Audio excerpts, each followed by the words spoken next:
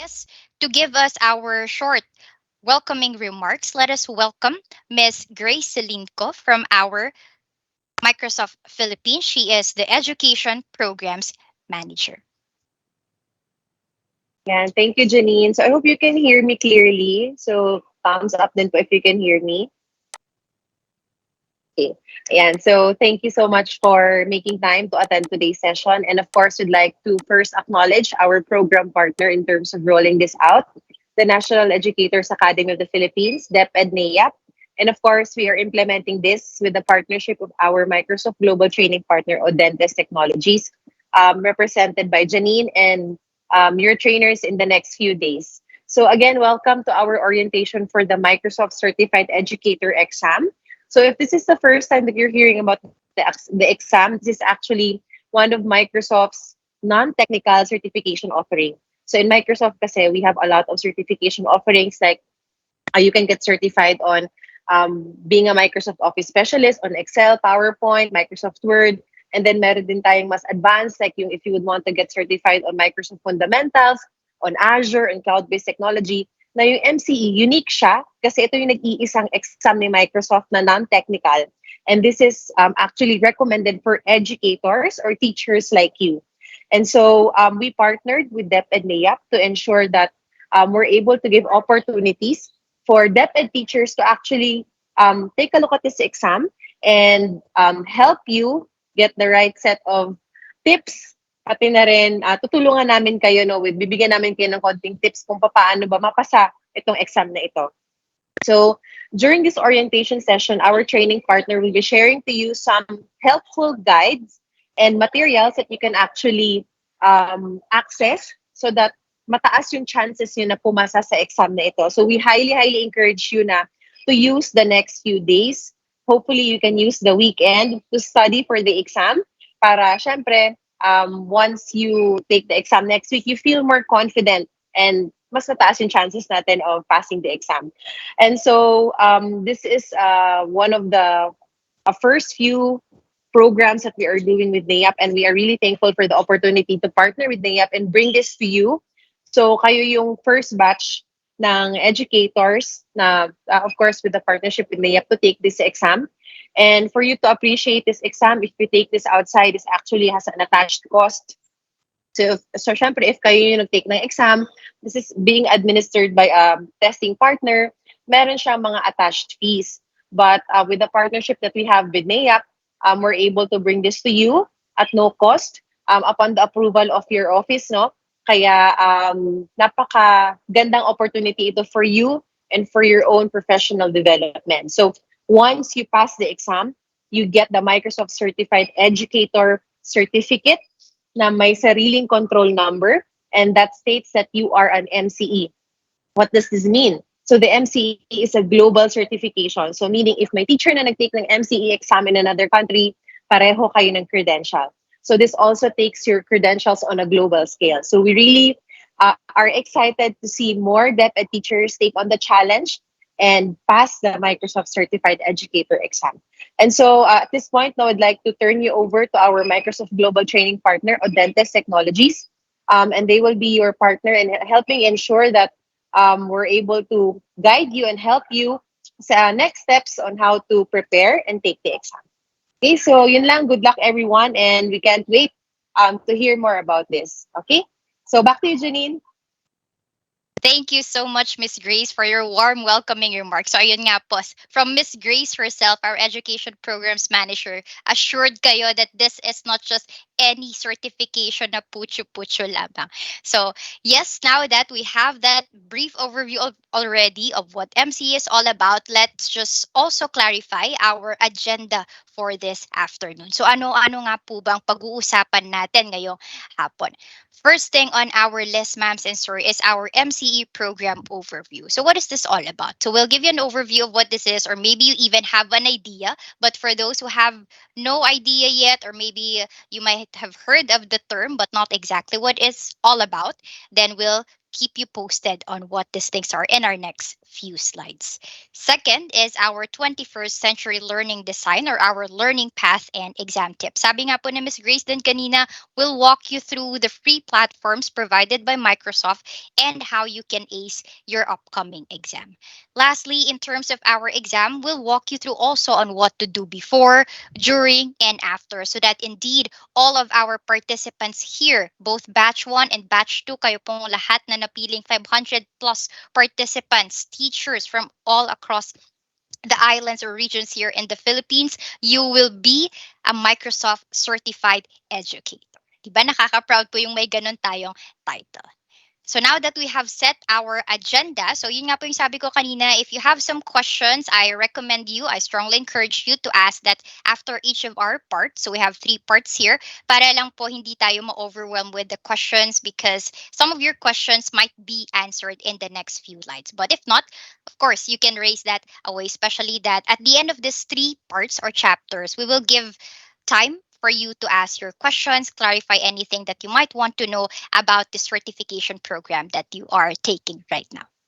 So let's formally go now to our main topic. Microsoft Certified Educator Certification Program. I just like to briefly introduce myself to you. I am Miss Janine Banate, a senior trainer here at Odentes Technologies.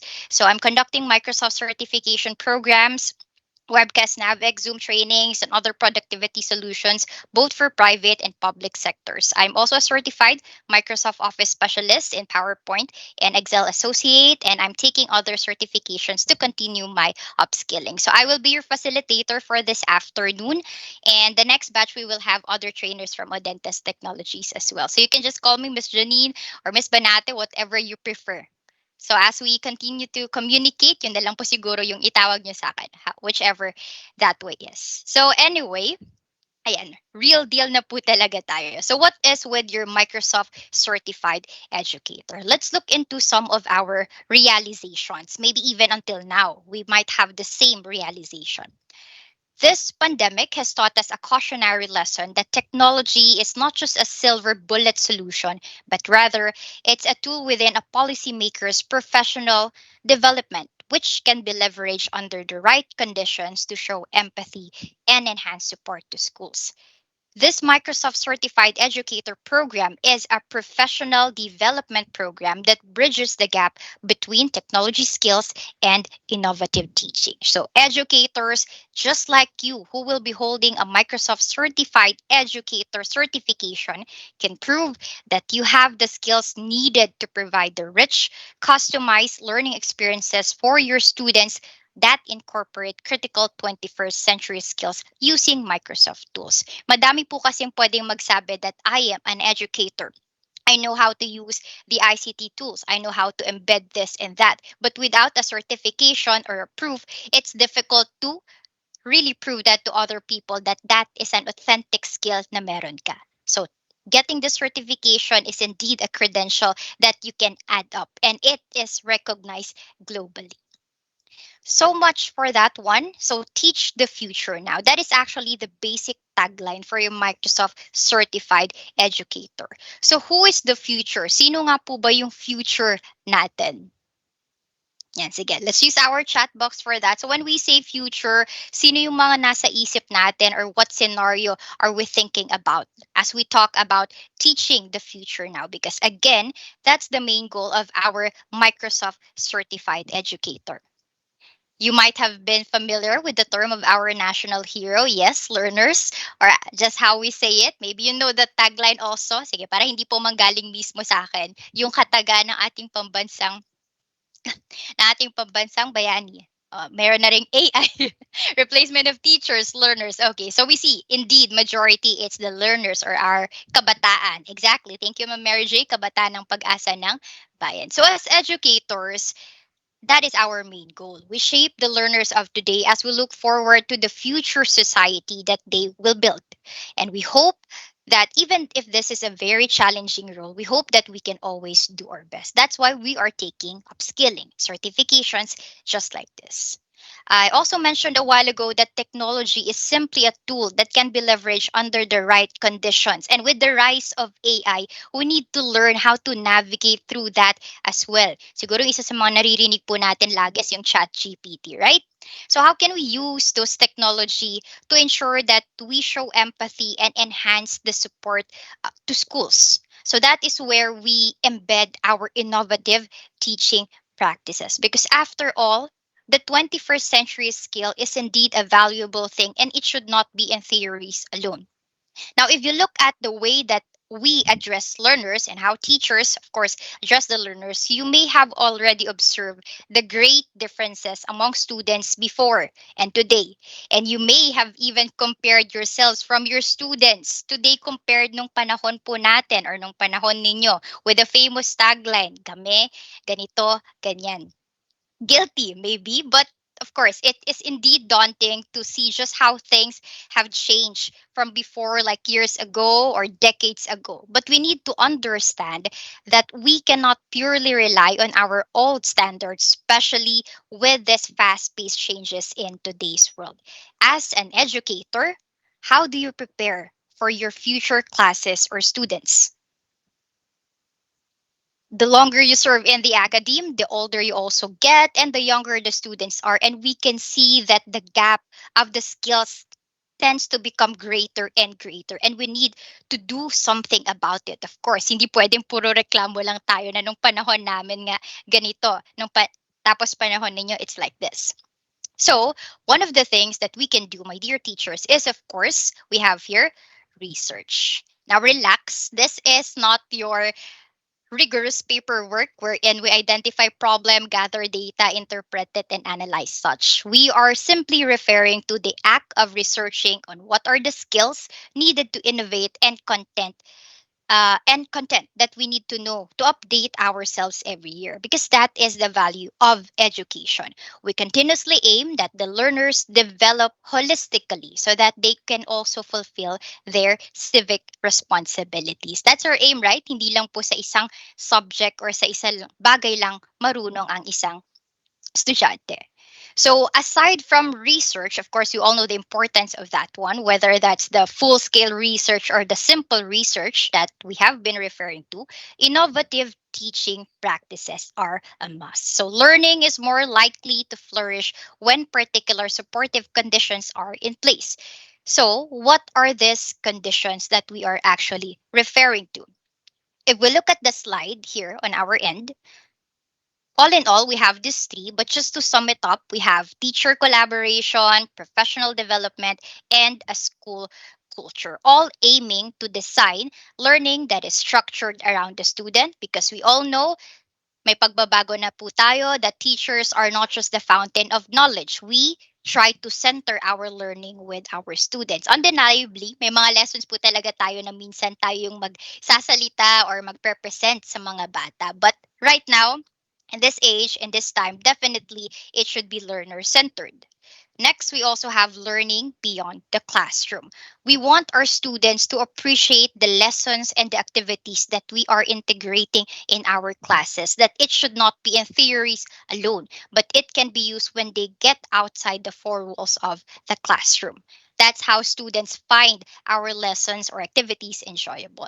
And lastly, the use of technology to develop skills. Sabi nyo nga po, di ba, may mga AI and we look into the future generation. So definitely, technology is part of the picture. So that's the innovative teaching that we are referring to. Now let's look also at the details for our Microsoft Certified Educator in particular. What are these objective domains? So overall, the Microsoft Certified Educator is anchored on the following objective domains, and it will also test your understanding and ability on the use of Microsoft tools like the Office 365 or Office 2019 versions, wherein you have tools such as OneNote, OneDrive, Sway, Microsoft Teams, just like this one, Microsoft Forms, Office Online, and the like. So the MCA exam focuses on pedagogy, especially on how you incorporate the 21st century skills from the 21 LCD framework or CLD framework and the Microsoft applications in your teaching practice. So yun po ang focus natin with this. Again, in our agenda, we're just having a program overview. Don't worry if we are not yet discussing things thoroughly. Program overview lang po muna tayo. So let's start off with the objective domains. Just in case you cannot see it clearly, I'll read it aloud also for you. So we have the first one, facilitate student collaboration. Second is to facilitate skilled communication. Third objective, facilitate knowledge construction. Fourth, facilitate self regulation. Fifth is to facilitate real world problem solving and innovation. Six, facilitate students' use of information and communication tools. These are the main ones, and at the end of understanding and appreciating these ones, it's expected that you use ICT to be an effective educator. So overall, yun po ang domains na dapat matarget natin in taking this MCE learning pathway and of course the exam later on. So basically, why get certified in Microsoft? First of all, Microsoft certification is based on industry defined roles and on the skills needed to perform these roles. Of course, Microsoft is not only also recognized globally by companies and professionals, but it's also used by professionals or educators as well, students, and people from all walks of life. And another thing is, Microsoft is a household name. Siguro yung iba po dito, hindi pa pinapanganak, andyan na yung Microsoft. So, sino nga bang hindi pa nakakakilala sa Microsoft? I doubt if there is any. So, those are the things na credit or perks po talaga on why you get certified with Microsoft because basically it is highly valuable. Now that you have an overview of the program content and why it will benefit you, of course, in your credentials and then in your teaching practices, let's try to check on how do we get certified in Microsoft. So there's actually a pathway or training approach that we are following. We have here your learn, practice, and certify. In the process of certification, my dear ma'ams and sirs, we follow these three steps learn, practice, and certified. And rest assured that we will walk you through each of the steps, even though our schedule is a bit tight compared to the standard timeline na fina-follow po namin, which is usually 4 weeks. But yes, kaya po natin to. Magagaling talagang mag-multitask ang mga guro naman natin. Kahit sobrang busy tayo. I know that's one of our skills as teachers. Okay, so let us start with our first training approach, which is our learn. In our learn step, Ma'am Sensor will be using the Microsoft Educator Center and the 21 CLD OneNote. In the memo distributed by NEAP, you may have seen already the links. Baka yung iba nag-start na rin pong mag-access dito. But don't worry, if hindi pa po kayo nag-start, we'll walk you through this platform that we are referring to. Again, overview lang po muna tayo. Huwag tayong kabahan kung hindi pa tayo nakakasabay sa nakikita natin sa screen. So first off, this is the Learn with Microsoft Educator Center that we are referring to. Some of you may have tried this already, and this contains free lessons for educators and even for all people in all walks of life. Kasi hindi lang naman po about education din ang laman nito. There's a lot of things that you can explore here. But our main focus is indeed the 21st century learning design. So that is what we are going to explore later. This is our learning platform. Aside from the Microsoft Learn, meron din po tayong gagamitin na OneNote. For those who have been using Microsoft before, we'll have this OneNote as one of your tools. So isa na po yan sa mapapractice nyo rin while accessing this learning platforms. How do you use OneNote? Okay, so that's for our first step, the learning materials. Now let's move to the second one. Please let me know if I'm speaking too fast or too slow. You can tell me to pause or what. But I hope you can we're still getting across and you still get the message kahit po medyo tinatry nating i-time within the 2 hours and 30 minutes allotted for our only session. Okay, I guess we're all good. We're getting some reactions. Next, let's go to our second step, which is practice. Typically, meron po talaga kaming separate week to do this session. But then again, we are in a restricted timeline. So I'll just introduce this platform to you. This is an optional one, which we call your geometrics. It's another application which contains simulation exams. If ang Microsoft Learn po natin and 21 CLD OneNote contains lecture parts most of the time, this one is purely simulation exams, which will help you prepare for the interface, environment, and possible content of your actual exam. So I would just like to clarify to everyone who are here, ang learning po natin is asynchronous. So to align the two pathways we've discussed, that is the pacing or that is the format na gagawin po natin. We learn with Microsoft Educator and that is free. Both the learning design path, yung web po natin, and the 21 CLD participant OneNote. The second platform that I mentioned to you is optional. That's practice with geometrics, a practice test simulation worth 500 pesos. So let me clarify this optional thing na binabanggit ko po. This one is not required and it's not part of the contract with NEAP. So hindi po kayo kailangang ma-stress if hindi po kayo mag-a-avail nito. But for those who are interested, we'll give you an option to purchase this and we'll give you further instructions kung ano nga po ba tong geometrics. I'll be showing a live demo of how the geometrics looks like para lang you have an idea and you can decide whether you want to get this one or not. Again, it's optional. It is not required. Can I get a thumbs up kung clear po tayo doon? Para lang po walang nagpapanik. Baka yung isang teacher nagpapanik, wala na siyang geometrics, the others have it. Okay, I guess we're all good. Majority reacted naman. So those are our learning platforms. And speaking of these learning platforms, in case you get confused kung saan po ba siya kukunin, aside from the memo that was distributed by NEA, we will be sending reminders via email and Teams. Although for the email, we might start sending that tomorrow because we are finalizing the list.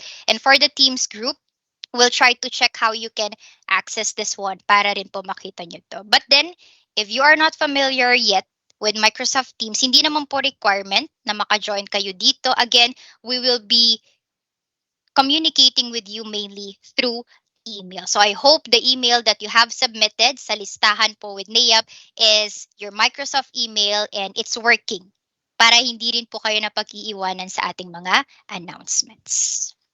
Okay, so that is for our practice, the other learning platform. And now we're actually in the last part, which is certified via Certiport. Last part of our first agenda, I should say. Yan, clarify lang po natin.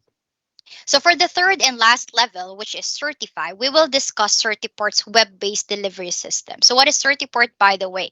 Certiport is a company. You can also web search it. And as a company, it's the leading provider of certification exams, exam development, delivery, and program management services. So yun po yung gagamitin natin pagdating sa exam process na. Now, to give you more idea about what or who Certiport is, let's have the next few slides. So here, skills have become the global currency of the 21st century economies. In a world where competition for jobs, pay increases, and academic success continues to increase, certifications just like your MCE offer hope because it's a credible third party assessment of one's skills and knowledge for a given subject. The main goal of Certiport is to create future proof economies. Kaya madami po talagang certification exams na binibigay. And with Microsoft Philippines and NAEP's initiative, now we have here this Microsoft Certified Educator just for you. So Certiport also delivers more than 3 million global exams through a network of 15,000 plus Certiport authorized testing centers. And we at Adentis Technologies is one of the Certiport solution provider here in the Philippines. We are an authorized testing center and we also accredit other institutions to become one. Kahit nasa Luzon, Visayas, or Mindanao man yan. You might have heard also of some showcase schools in your area and that is where we have been partnering together with Certiport, our leading provider. So we have the following services, by the way. Mainly, we have Microsoft, but of course, we also have other programs like Adobe, Intuit, Communication Skills, Project Management, IC3, and Information Technology Specialist. So later on, once you are done with your Microsoft Certified Educator, you might want to continue upskilling. And of course, you can just contact us at Dentist Technologies for that one. Anyway, so much of the services that Certiport has to offer. Let's also look into your exam schedule. Ang exam schedule po natin, ayan, I hope hindi po kayo magugulat because I believe that's part of the information relayed to you. Tight timeline po talaga tayo. That will be already next week. So by July 24 to July 27, that's our schedule of exam. And we have 4 time slots divided across those dates. So you can choose either the 9 a.m., the 12 noon, the 4:30 p.m., or 6:30 p.m. po sa ating mga slots. More details about how the exam schedule works and how you can reserve your exam slot later on. But yes, this is an overview of what to expect by next week now that we are looking into the details of your Microsoft Certified Educator. Okay, so let's also look at the sample exam machine that we see here. So this is how it looks like on your end. Makikita nyo po yung number of questions natin, the buttons that you need to click. You also have an option there for the time remaining and the part where you see the question and the answer. So that's just how it looks like. And when you take the exam and successfully finish that, you will receive a certificate, and of course, your score report. Now, again, sabi nga po sa welcoming remarks kanina ni Ms. Grace, this score report and certificate is not only recognized in the Philippines, it's also recognized globally. So, kahit sang lupalo po kayo pumunta, pwede nyo siyang i-add sa skills ninyo. So, this is something that is legitimate.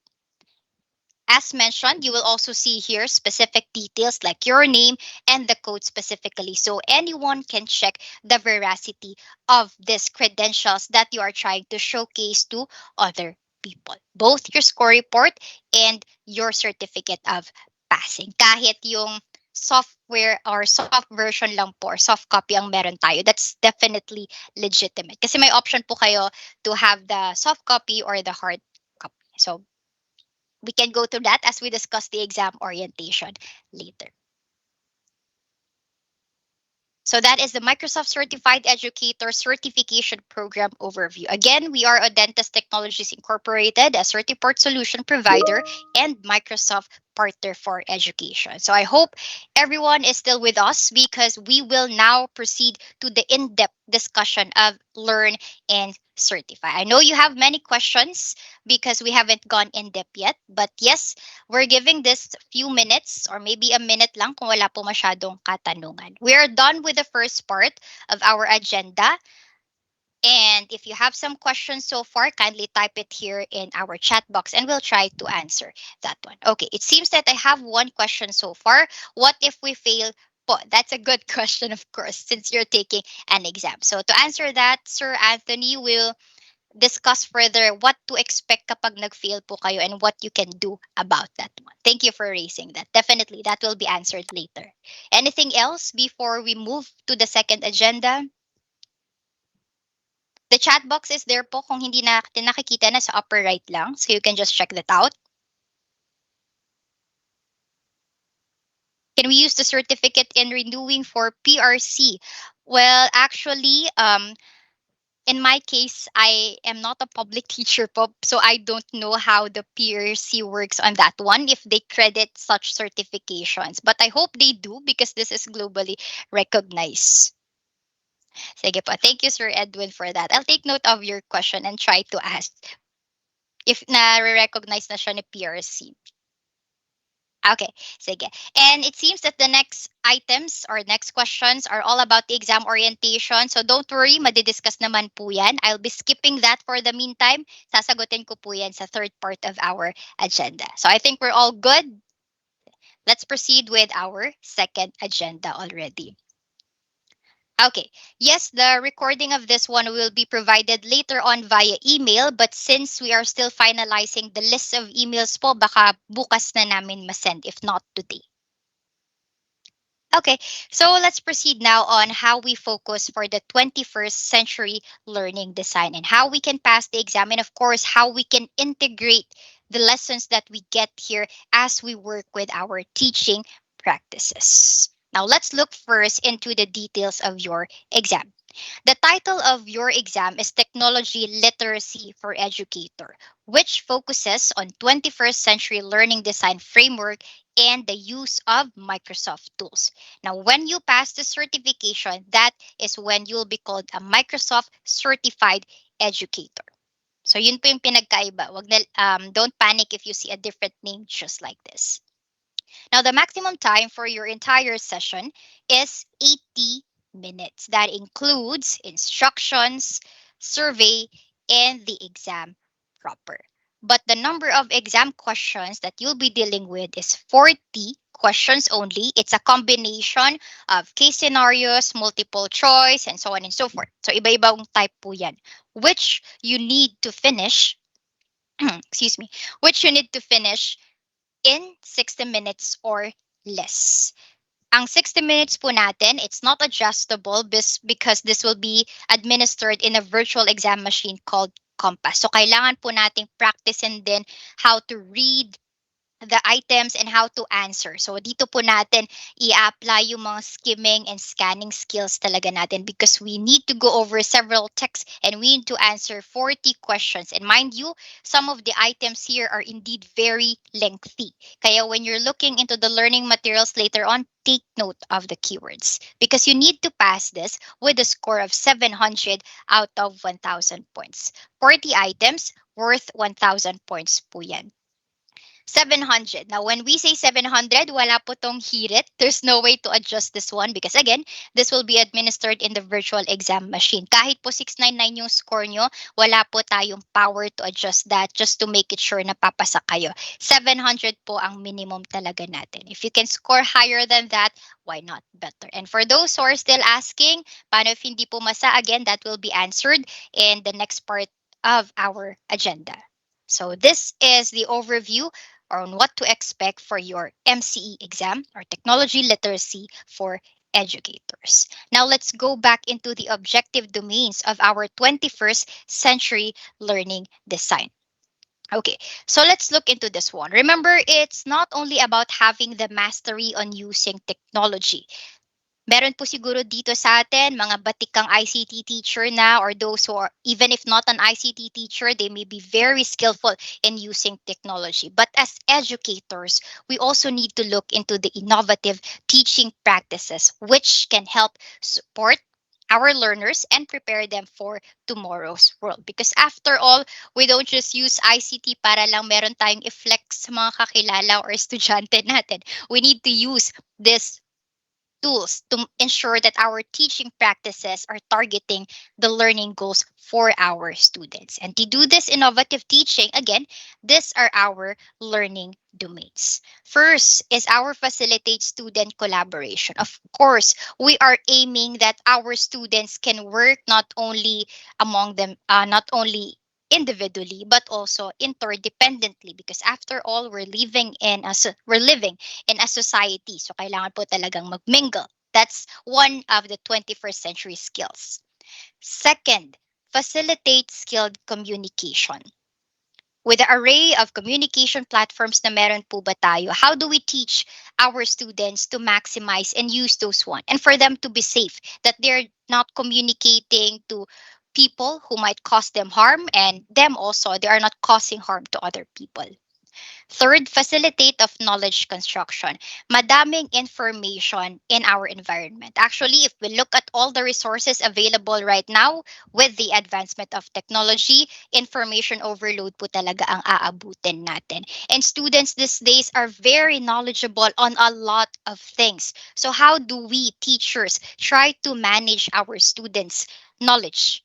How do we help them understand the use of those knowledge that they have already? Because we all know we cannot gatekeep things from them. Magaling mag-access yung mga estudyante natin. So how can we also try to be at par with them?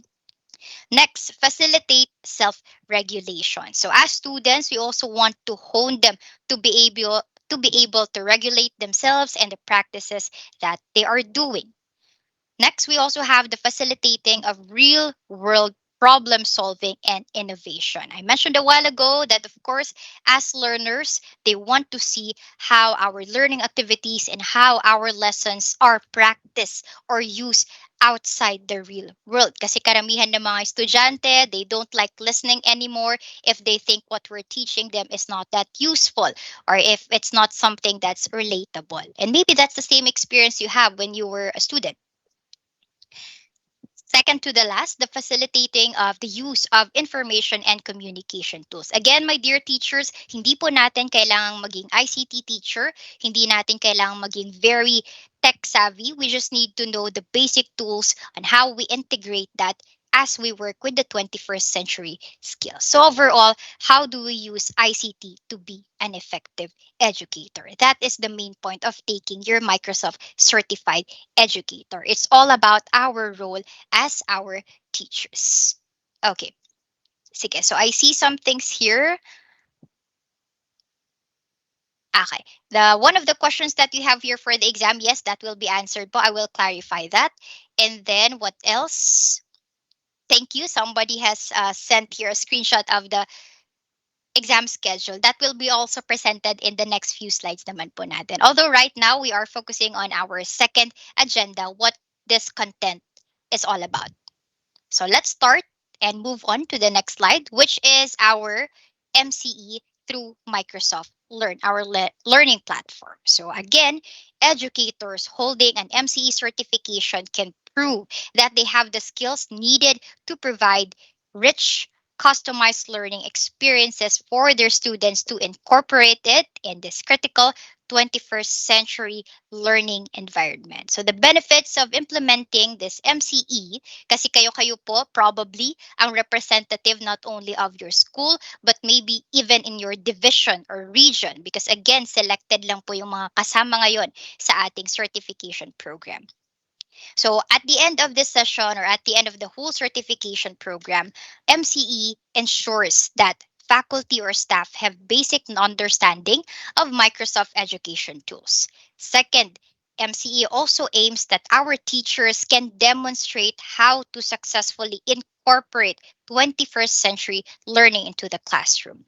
Third, it also tries to ensure which that we are knowledgeable on which Microsoft tools to use to support specific 21st century skills, enable or for us to be able to provide access to free, effective professional development and reliable validation of ICT investments. We're hoping that at the end of this certification program, yung mga matututunan nyo po is something that you can share not only to your co-teachers in your own institution, but maybe sa mga kakilala nyo din in other schools.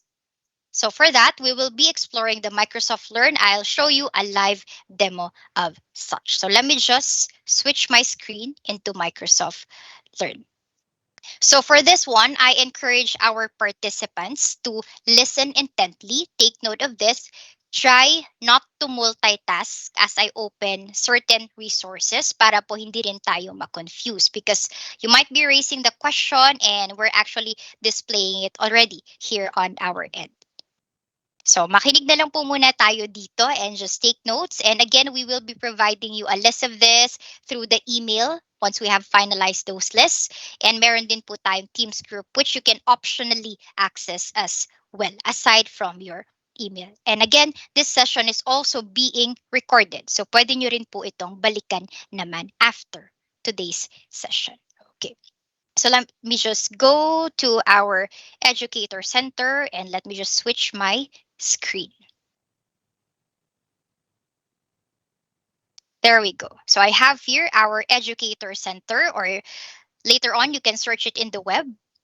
Go for Microsoft Learn. So for this one, here is where we get interactive lessons, not only about how to be an innovative teacher, but in other topics that you might be interested in. So madami po kayong makikita dito. But for today, focus lang muna tayo sa Microsoft Certified Educator Program. Okay.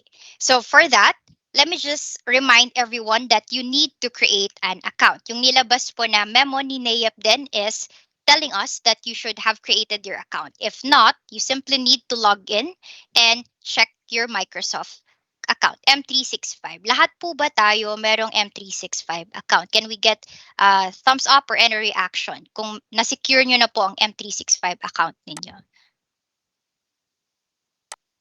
Again, lahat po ba tayo may M365 account na? If you don't have one yet, please contact your ICT teacher or kung sino man po yung representative ng school nyo who has access for that. Because supposedly, you are included in the list of our participants because you were also oriented and you were given an M365 account. Isa po yun sa mga tools na gagamitin natin. So, pakisecure po yung M365 email ninyo. Okay. If we're all good with that, so let's proceed. Let me continue with this. Once you have your M365 account, log in with that, and you can start working your MCE pathway. So ano po ba yung gagamitin natin? So to search for the MCE topic, just type 21 CLD. Yan, search lang po natin. And then find this one, 21st Century Learning Design Training. Okay, it's good. Some of us already have their Certiport account. But for those who don't have, don't worry. We are walking you through kung ano po yung mga dapat nyong i-check. Okay, so we're here and let me open this 21st Century Learning Design. In our learn or training approach, I showed you a while ago that there are two platforms that we can use or two materials that we can use for the first step learn, right? And then we also have the practice, which is an optional platform naman. So we'll be focusing more on this part. In the Microsoft Learn, we have this 21st century learning design. It's a learning path that you can go over. So overall, it's a collection of 8 modules. So that contains yung mga 6 objectives na pinakita po natin kanina sa first few slides. And the last one is how to embed that for you to be an effective ICT or effective educator. So let's just look into the learning objectives here. So first, it's expected that you will examine the 21st century skills learners need for life and work, determine the purpose of this learning design framework, rubrics, and decision trees, explore these rubrics and decision trees, examine the Microsoft tools that support 21st century learning design, and in the end of this program, it's expected that you can already design your own learning activities aligned with the 621 CLD dimensions. Of course, you have been doing numerous learning activities already, but is it aligned with the 21st century skills na kailangan po nating ma-attain? So that's our objective as educators of today. Now, to give you an overview, kasi I've started this one already, to show you what it looks like, ito po yung mga modules. In this learning path, we have the 8 modules. First one is the introduction on what 21st century is all about. Then we now have the learning objectives broken down into different modules. So the second module that we see here actually focuses on knowledge construction. The third module that you see focuses on collaboration. The next one focuses on real world problem solving. Next is skilled communication, followed by the self regulation. And then we also have here the use of ICT. Overall, after learning or mastering those objective domains, you need to also look into the embedding of 21st century teaching or learning skills in your 21st century learning design. That's the overall of the 8 modules. Now, let's try to look also at the content of each module. Let's click this one. Kung napapansin nyo po, merong mga XP na nakalagay dito. So every time that you finish a module, you will gain this experiences and that will add up to your level. In my case, though it's not showing right now kasi malaki um, na-zoom ko po masyado, you'll see here a level. So right now, I'm in level 4 and if you're not reaching a high level yet, that's totally okay. Focus lang po muna tayo sa Microsoft Certified Educator. Then you can start exploring other learning paths also here sa Microsoft Learn. Now, going back to this, every time that you open a module, we have here, of course, the introduction. There's also an estimated time. You can finish that earlier or later. It's totally okay. But right now, since we're preparing for the exam, you might want to do it in a fast track. Balikan nyo na lang po siguro for a more in-depth understanding. Then we also have the several topics under that.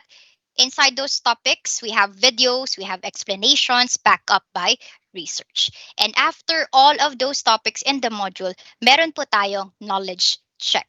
This comprises of 5 to 15 item questions which I recommend you to try and answer, because that is where you can assess if you truly grasp the idea of this particular module. If you don't get everything right, or if you don't get majority of the questions right, that is okay. As long as you take note of the mistakes and the explanations. Bawat sagot po dyan, mali man yan or tama, there's a short explanation telling you bakit yun yung sagot for that question. And that will help you understand better why is collaboration about this, why is knowledge construction about this one, and so on and so forth. Majority of the questions that you will encounter in the exam also are scenario, based on scenarios. So hindi lang po siya memorization only. And at the end of your knowledge checks, there's a summary. So that's the same thing you will see for the next module, and so on and so forth. My knowledge check, my summary. Okay, now let's try to explore the content of this one.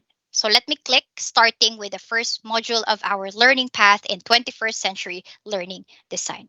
So for this one, it gives us already an overview of the six main objective domains. The embedding of ICT is the seventh expected na combination na po nitong anim. Now let's just try to scroll. We're just skimming and scanning certain things here. So you can look at the learning objectives so that ikaw din mismo, you can self-regulate and prepare yourself on what to expect as you go over the modules. Let's click continue. And here you can see that there might be video or video. So take your time watching that one, because that gives us an explanation further of what this topic is all about. So andito rin po yung written or printed idea about that one. And if we try to pause here, makikita po natin yung link for the 21 CLD OneNote notebook. I will not be proceeding with the next. Feel free to explore that one, ma'ams and sir. I'm just showing you the platform and how we can maximize the use of this learning materials para we can ace the exam and we can apply this in our teaching practices. So again, this is the learning path right now. I'm going to click this. Lipat po tayo sa other learning platform natin. So let's give it time to load. And there we go. Okay, so here is our OneNote. For those who are not familiar yet with OneNote, OneNote is one of the Microsoft tools which serves as your virtual notebook. So pwede nyo siyang i-access sa web, pwede rin pong sa offline version. Right now, I'm showing you the web version, but in the latter part of our discussion, I'll be using the offline version of our OneNote app. So this one, ang content naman po ng OneNote natin, if you have observed, it's almost the same with your Microsoft Learn actually. So kagaya dito, in the right part, we see here the sections. Every section has pages. So this is the page for the learning path outline, and then ito naman po yung page for the learning design. So you can see also videos, explanations here in this OneNote, kagaya po sa Microsoft Learn natin. Now, this one just gives you an overview, and if you click this link, it will technically just lead you back to our Microsoft Learn, which is this. Per module lang po siya divided. So let me just go back to this one. CLD po ulit tayo. Let's also look at the other sections. Here, makikita nyo po that we actually have anchor lessons which are not present in your Microsoft Learn. So the anchor lessons here are examples of learning activities crafted by teachers across the globe. So you can try to see what are the activities that others have tried and try to check how are they trying to meet the requirements of a particular learning domain, or if they are reaching the high and low objectives for such learning domain. So let's go back to that later. Explore lang po muna natin yung buong laman. You can also see here the six objective domains. Now, the great thing about using OneNote is, kung ang Microsoft Learn po natin, it's divided into modules, which are actually shorter. In CLD, there's a more thorough discussion of your content for your Microsoft Certified Educator. So, andito yung separate section for knowledge construction, for collaboration. We also have for real world problem solving, self regulation, use of ICT, skilled communication, and overall how to embed the 21st century learning design. Please bear with me as I'm going to explain to you how we can use and maximize these tools. Kung napapansin nyo, Medyo mahaba-haba po talaga yung mga babasahin natin dito because it's all about understanding and indeed analyzing how this rubrics, how these things presented can be effectively used in our teaching practices, not only to pass your examination. So dito po natin yan makikita. So as you can see, as I click one of our learning domains, there are several pages. We have your introduction, we have big ideas. We also have the rubric, decision tree, and collaboration and action. So this time, let me just switch my screen as I open and use the offline version instead. Para lang po ma-maximize din natin yung paggamit natin later on. So whether you're going to use the web or the OneNote offline version, this is how you do that. So again, give me a few seconds. Let me just switch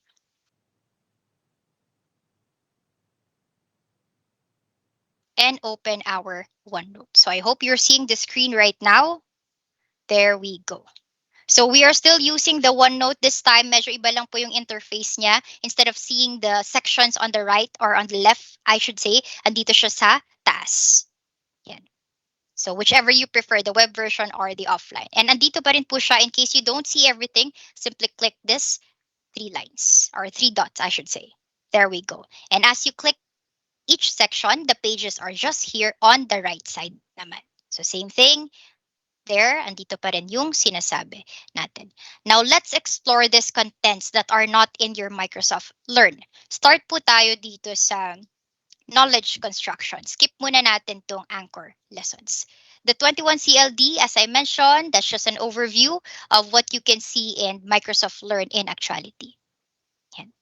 So that's why we are skipping it already. Also with the anchor lessons, we'll provide a different explanation for such. Dito muna tayo sa isa, in our knowledge construction. Starting off with the introduction, it gives you an idea of how or why knowledge construction is an important part of the 21st century skills. We all know that knowledge is one of the bases. Nung una nga po, 'di ba, kung sino yung ang mga sinasabihan nating matatalino is those who are knowledgeable. And the 3 R's as they say, although technically hindi siya 3 R's. Reading, writing, arithmetic. That one. Right? But right now, with the advent of different theories, especially yung ating mga multiple intelligences, I hope you still remember that one. Lalo na po yung mga tenured or newly graduate teachers here, di ba? We have multiple intelligences already. And knowledge is still there, but we have other things applied also here. So, we have here an introduction backed up by research. Bakit nga ba siya importante? And we also have here big ideas. So, what is this all about? How it can be applied and how can it be truly appreciated in the 21st century teaching learning environment? So, there's a video and explanation of such. And we also have your rubrics there.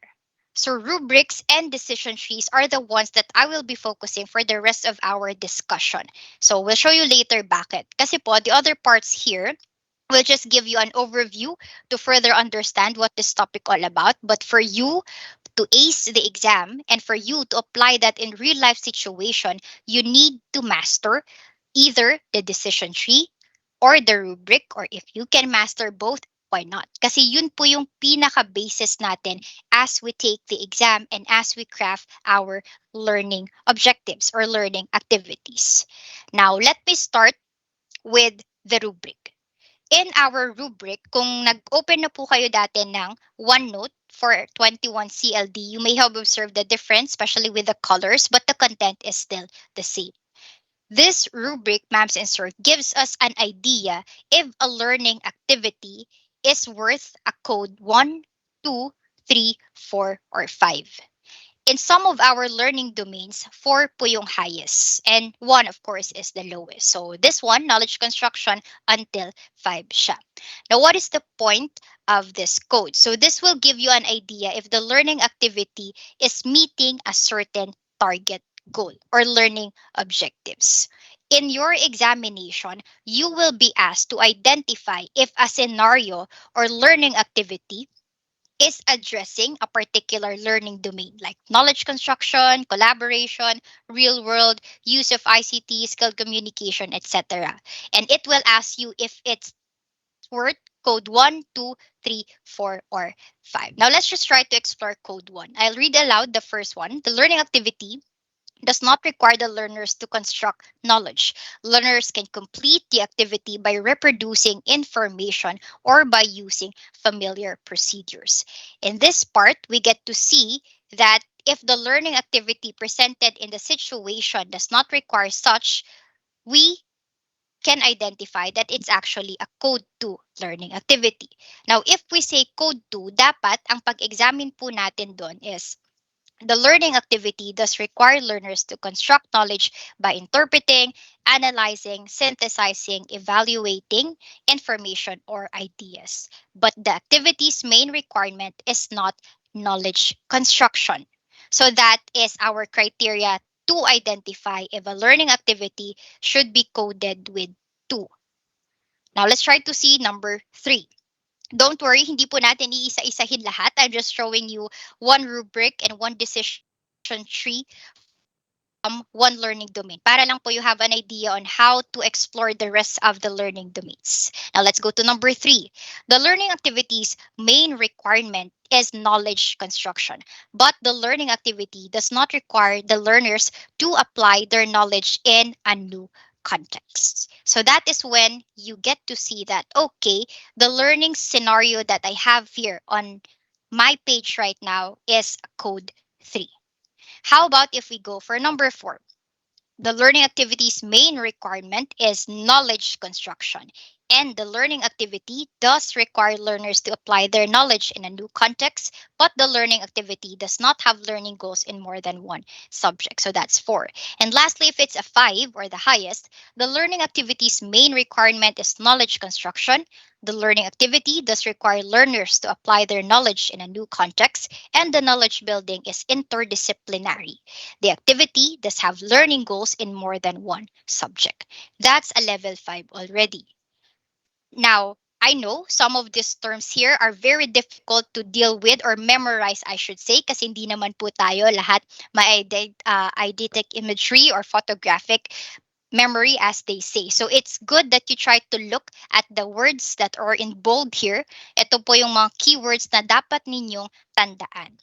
So when you see these terms, it will help you analyze, okay, we're talking about knowledge construction and we're talking about a code 2, 3, 4, or 5. So try to practice looking and determining keywords for your learning domain. Dun po kayo magkakaroon ng way para mas mabilis nyong ma-identify and masagot yung examination items. Okay, again, we're just trying to focus on the exam right now. Later, we'll try to reach it into other real world scenarios, especially in your teaching practices also. Now, that is for the rubric. A way for you, it's a detailed explanation for you to be able to code learning activities. Next, we also have your decision tree. The decision tree here that you see is actually the same with your rubric. Although some people prefer to look at this instead of the rubric kasi mas maikli po siya. If you can immediately grasp the idea with these simple terms alone without a further explanation, it's okay.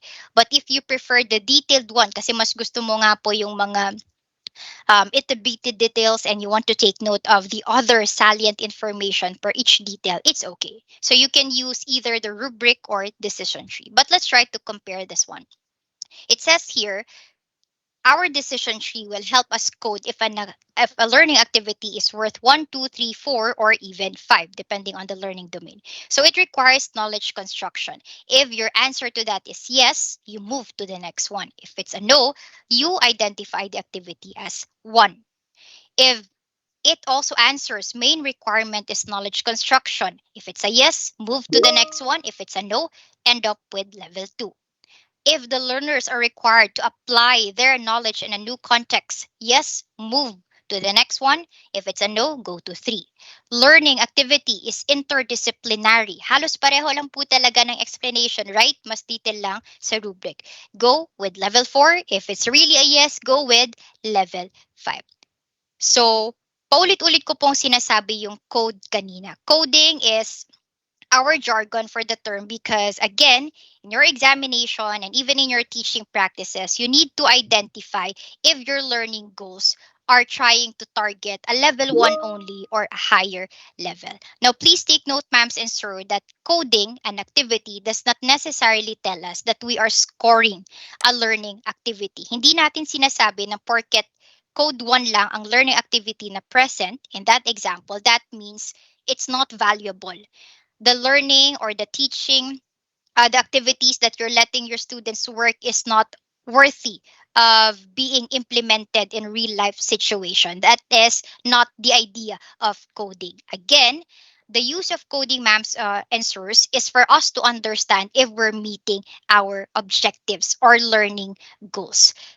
Undeniably, there are times that we just want to check the knowledge or memory of our students. Let's say, for example, for the subject English, and you actually conducted a lesson on literature, maybe.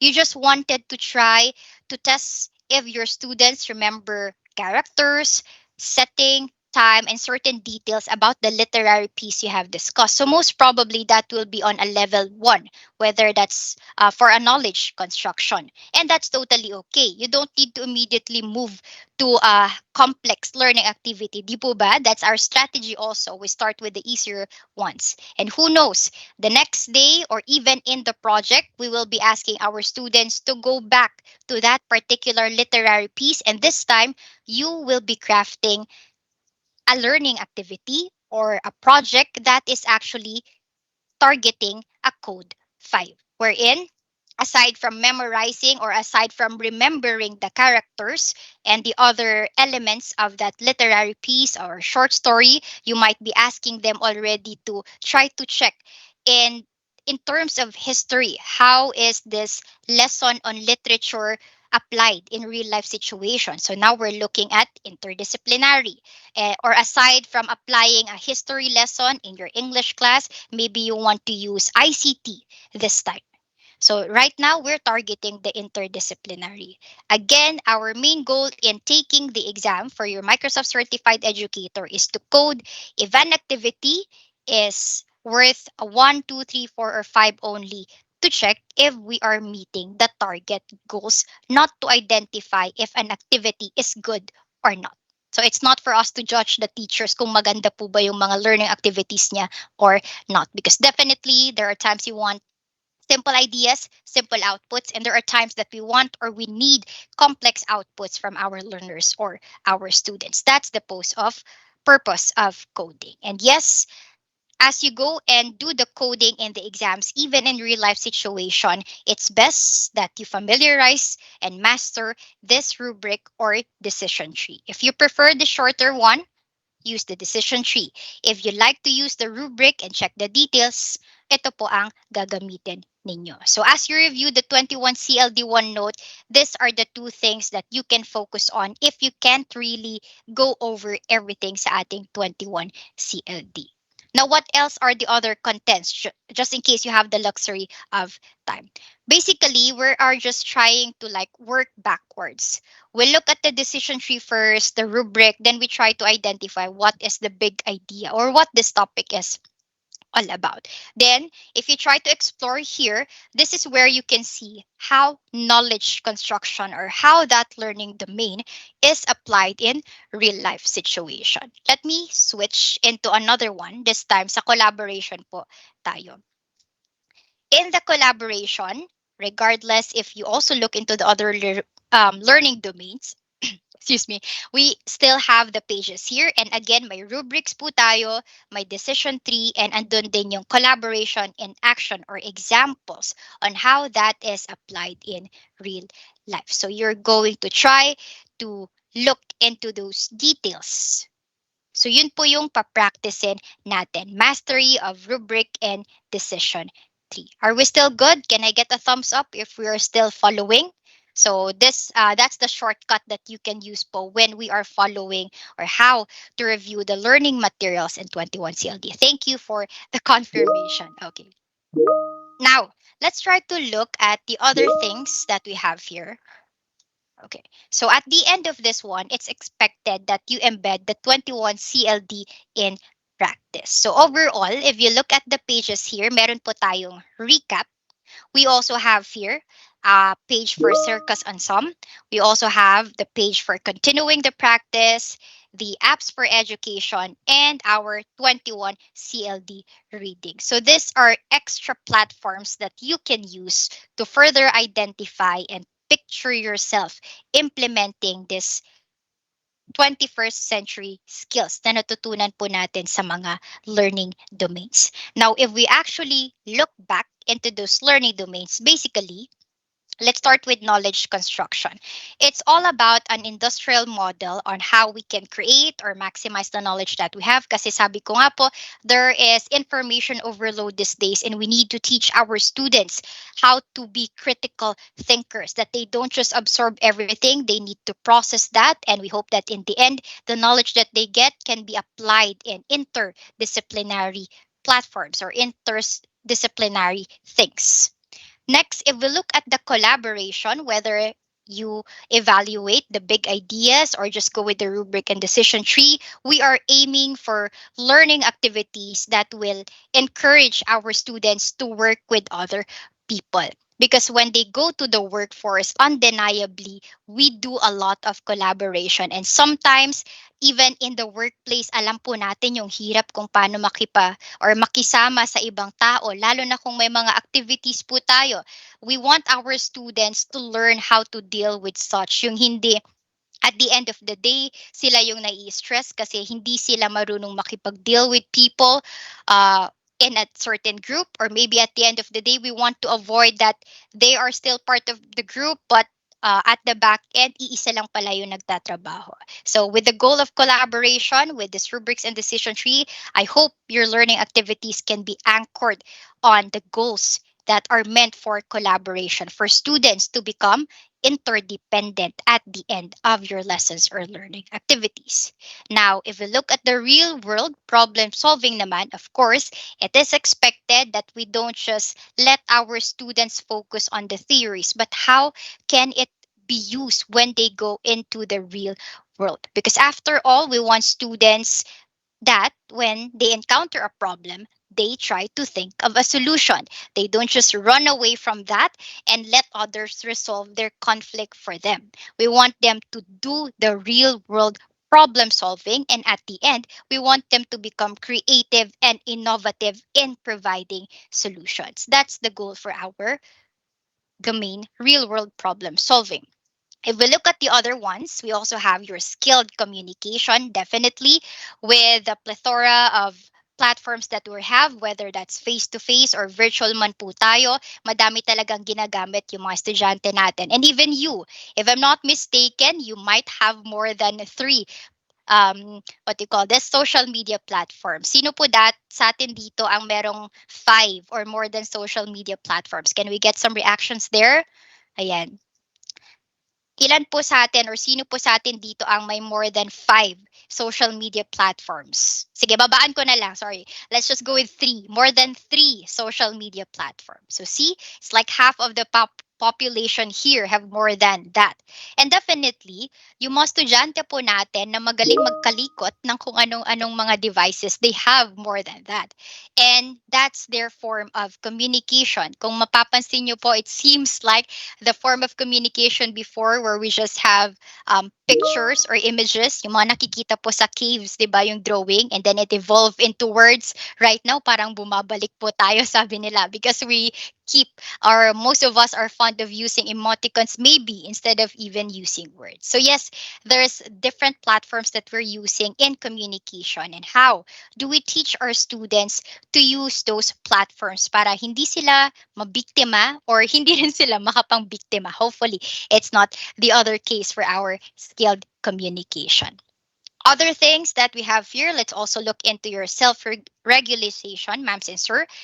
This is an objective domain that may not be the most or it may be the least favorite of our educators. But did you know self regulation is actually an important part or skill in executive function?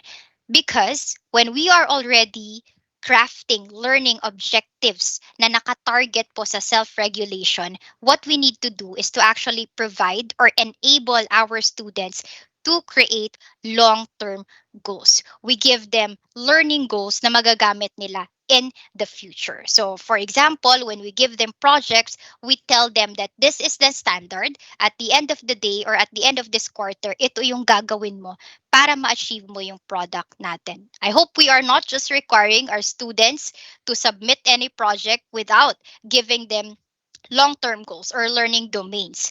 And of course, I hope we don't require our students certain projects that are not related to their lessons, because definitely students don't find that interesting.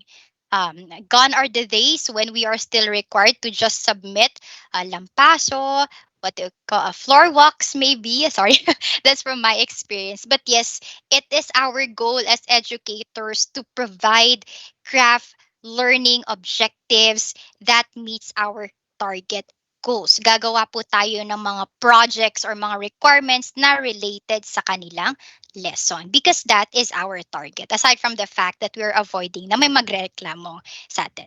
So in self-regulation, that's what we are trying to focus. You give them goals, and of course, you tell them what to expect para alam nila saan magfo-focus sa project. So let's say you're asking them for a project na they need to create a video of and take like interview some people about the current problem in their area. Tapos, what are the solutions provided maybe by the government or certain private sectors, and how it is being resolved, and so on and so forth. So now you're giving them that kind of project. At the end of that, you give them feedback on what they did so that they can also evaluate their own output and revise that if needed. So that's the main goal of self regulation, because we want them to be able to manage their own tasks and later on develop leadership. Ito po talaga yung main goal ng self-regulation or self-regulation, I should say.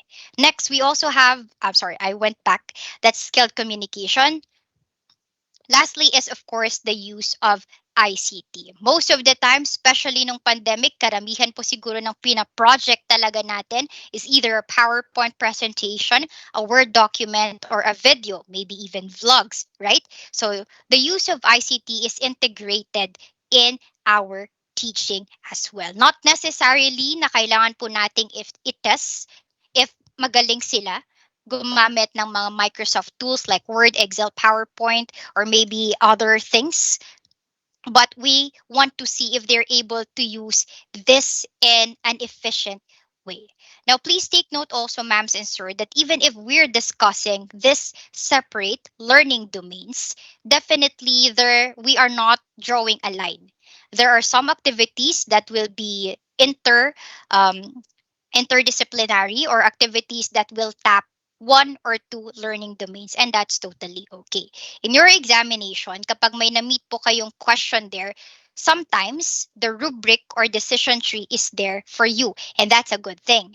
However, if the decision tree or rubric is not present in the question or in the STEM, it's important talaga that you maximize or familiarize yourself with the key terms. Ayan, nakabold po yan dito sa decision tree, even in the rubric. The key terms are here. Actually, one of the tips that you can do, try to remember the basic skill needed for a level 1 or level 2, and then try to remember kahit yung highest or level 5 lang. Because if you know the least and the most skilled that are trying to be obtained in the learning domain, you probably will remember the other requirements na. And that's how you will know that a learning activity is worth a code 1, 2, 3, 4, or even 5. So all in all, those are the things that we have. And yes, this is the embedding. Now, let me focus now on this anchor lessons. Yaman lang din at na-discuss na po natin yung mga parts or the learning domains and what is expected from us as we learn these learning domains and craft our activities for our students. The anchor lessons here are examples of activities crafted by teachers. Now, if we look at this one, for example, this topic, modifying recipes with math skills. You have an image, you have the lesson overview, so you'll get to see these details. When you encounter something like this in the exam, please take note. It's important that you take note. It's important that you look at the details here. You don't need to read everything in the exam, lalo naman po kung mahaba. Remember, there are keywords. And there are times na may question po tayo na naka-underline yung term, tapos they will be asking you, is the underlined term appropriate for a code 2 in terms of collaboration? So at least there, you can start thinking, we're talking about collaboration rubric. Now, I need to remember, pag sinabi ba nating collaboration, ano yung key terms? So when you remember the key terms, you look at the activity, is this for a code 2 or not? So that's one thing you can check. Here, we also have your learning goals. And then, we have guide questions which you can practice. If kaya nyo na pong sagutin tong guide questions, that will lead you to identify the learning domain that is being tapped and the code for that learning activity. Let's try this one. Did the learning goals span more than one discipline? For example, literature and history or science and math? If so, which ones? If the answer is no, and if we're looking at knowledge construction, anong code po kaya ito? Sige, let's try to do a recitation if you were able to remember that part since nag-focus po tayo sa knowledge construction kanina. Again, in this practice question, sorry, there's no moving presentation. I'm opening OneNote po talaga. It's not a PowerPoint presentation. Okay. Let me reiterate just in case you don't see it. Did the learning goal span more than one discipline? For example, literature and history. If so, which ones? The answer here po is no. So what would be the code of this if it's in a knowledge construction? There we go. If it's not interdisciplinary, it's definitely not a level 5. Kasi remember, sa ating decision tree in our rubric, magiging 5 lang po siya kapag interdisciplinary. So there, it's not a level 5, although we cannot determine exactly if it's a level 4, 3, 2, or 1. Kasi yun lang po yung tanong. But definitely, when you go with the exam, mas madami po yung content or yung STEM yan. Yan, practice lang po to. So how do we have that one? Okay.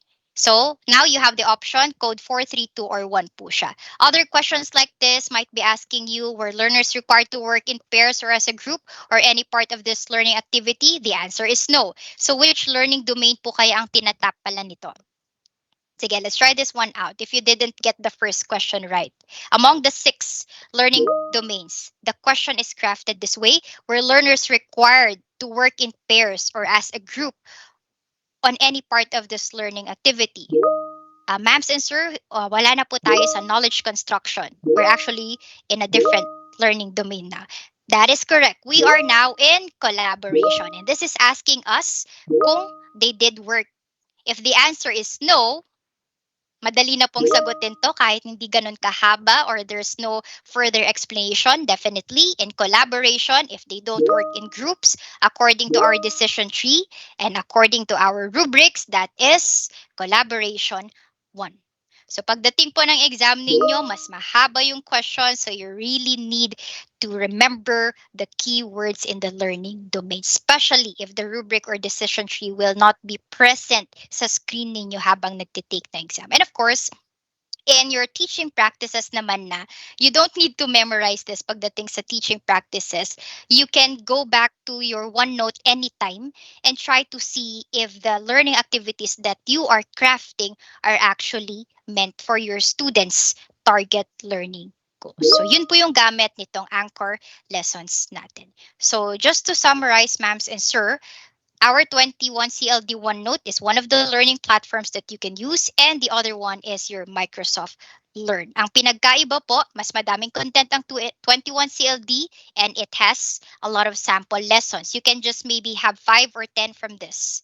In your Microsoft Learn, let me just go back to that, you have quizzes. Ang ating pong 21 CLD OneNote does not contain such kasi. So let me go back to the web version this time. Here's the web. Here is the Microsoft Learn that we are referring to. It has quizzes. So if you have the luxury of time, it would be best to explore both. Some of us learners, they want to finish Microsoft Learn first, then they go to 21 CLD. Some of our teachers of our participants, they do that multitasking. Habang tinitake nila yung module 1 or 2, naka-open din yung 21 CLD nila. So that will depend on your strategy. Okay, so I hope we were able to give you some tips and tricks on how to maximize the use of our learning material. So this time, I'll be going back to our deck. That's the end of the live demo for Microsoft Learn. Okay, thank you, Miss Deb. So, Miss Deb, our lead trainer, my co-trainer for MCE, is also providing some answers here in our chat box already. Kung may maskip man po kami, we'll try to answer that in the latter part of our session. Okay, now let's go to our second learning platform, which is the optional thing that I have mentioned to you.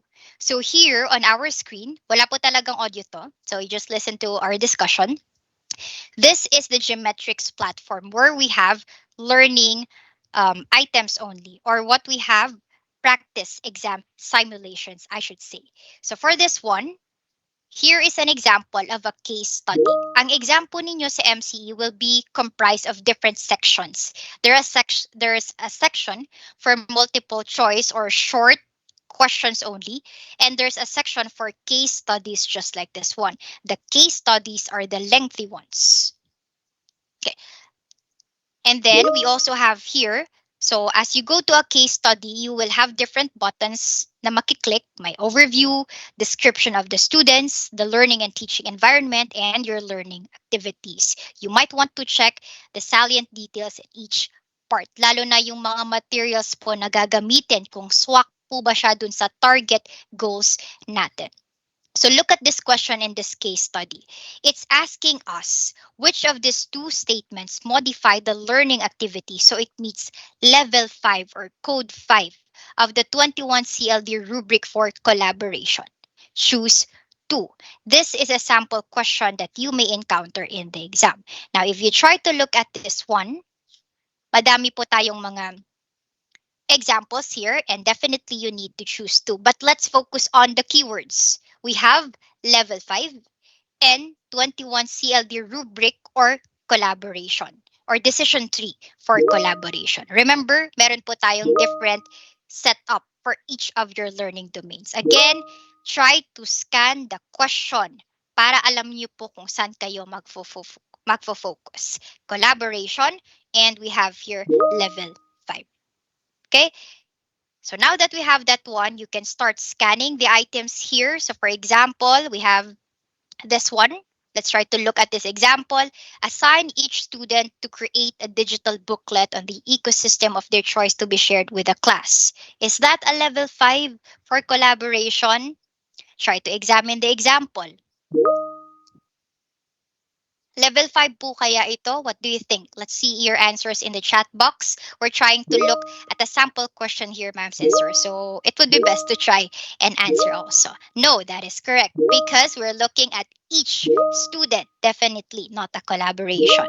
How about if we examine the other sentences? Medyo mahaba-haba po, so I will not be looking into that. But for the sake of the part that we are recording this session, you can go back and try to see if the other options will suffice the answer, where we need to choose two learning activities from the following. Definitely, na-cross out na po natin yung isa.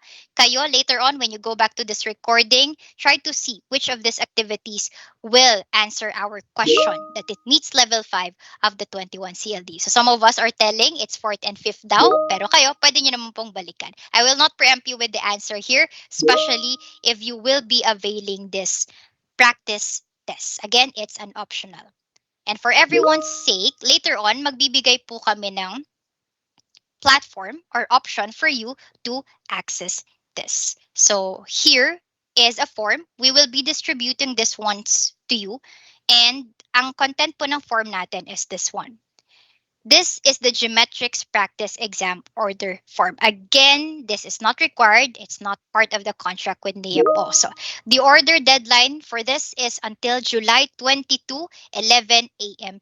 only. So kung interested po kayong itry yung extra learning material natin, please try to do the payment before this kasi ang form po natin, it will stop accepting responses at exactly 11 a.m. So it's expected you do the payment earlier and upload the files needed. Once you have uploaded these files, an email will be sent to you around July 23 to give you the access para dito sa optional na pinurchase po ninyo. Now, how are you going to pay? You can pay via BDO. So the numbers provided there. Sorry, let me just go back. You can pay via BDO or pwede rin pong GCash. Lahat po yan nasa detail ng ating forms. Again, don't panic. We'll share you this link later. Next, let me focus on this part. Follow instructions for payment confirmation. We will ask you to send or upload a proof of payment, and we will require you to upload that one in this format. First name, last name, underscore OR. So for example, Debbie Kalingasyon underscore OR or Janine Banate underscore OR. We are asking you to do that one kasi may link po kayong i-click dyan. This one.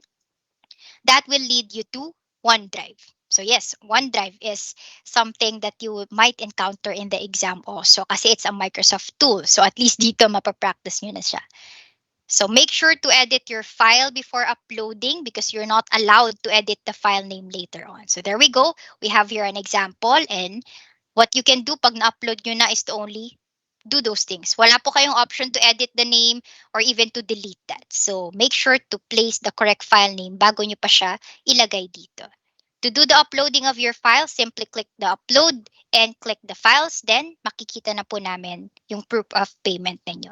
Make sure to go back to the form and continue answering the parts where you enter the transaction date.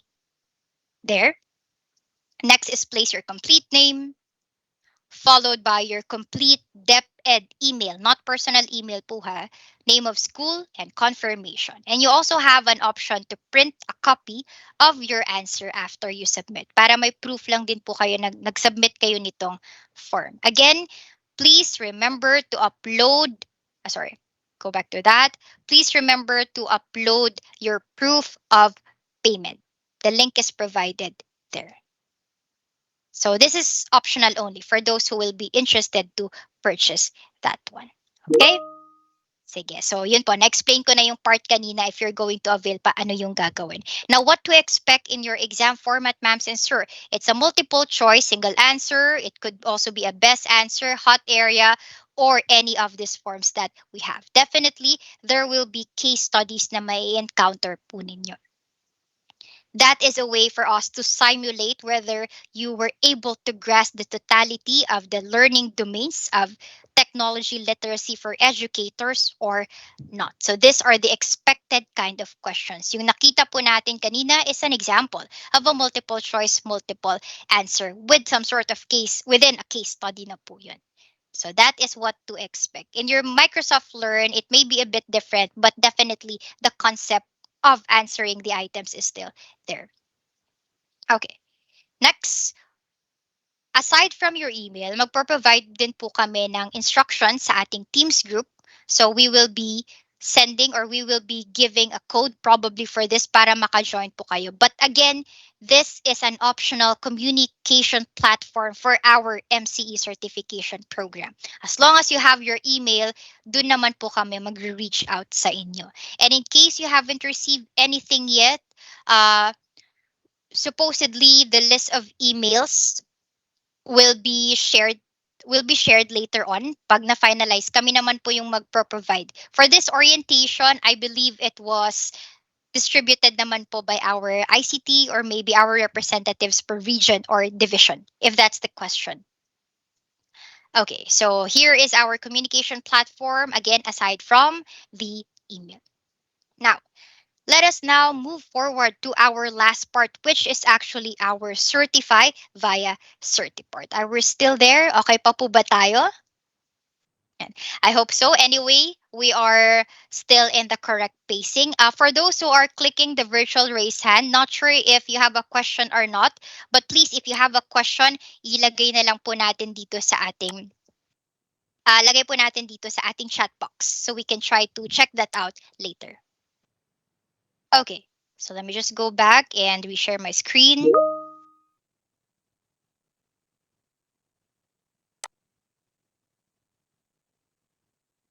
There. So in our Certify via Certiport, this is how our exam from home process works. Since you will be taking the exam virtually, ganito po yung mangyayari. Let me just turn off my cam. And let's watch this video. Welcome to the Certiport Exams from Home introductory video.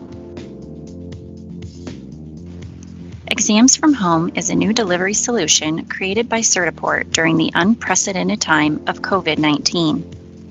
This innovation allows a test candidate to be administered a certification exam from their home with almost any computer. Compass is Certiport's flagship exam delivery software.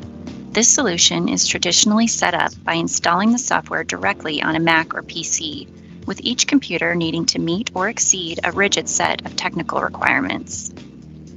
This is called a native environment, where Compass talks to the operating system and the operating system talks to the hardware. Test candidates taking exams simultaneously would each require a computer meeting these requirements in order to be administered a certification exam. With exams from home, the burden of those native requirements is moved to the cloud, where powerful servers running flexible, open source operating systems can be configured to run almost any configuration imaginable. So, we installed Compass over Windows, and they both run as an application on a cloud system, creating a virtual environment. We perform the necessary configurations behind the scenes so that an individual virtual machine is already prepared with the Microsoft Office, Adobe Creative Cloud, or Autodesk software, and it all comes to the test candidate from the cloud in the form of a single emailed hyperlink. The test candidate only needs a high-speed internet connection and basic requirements to participate in exams from home. When it comes to delivering the exams, we have developed different models to facilitate the administration to the test candidates. Please see our Exams from Home page for more information by visiting www.certiport.com/EFH. Okay, so there we go. That's how your exam from home process works. Now let's try to move to our next one. Now that we have identified how it works with your exam process, let me show you also your examination schedule.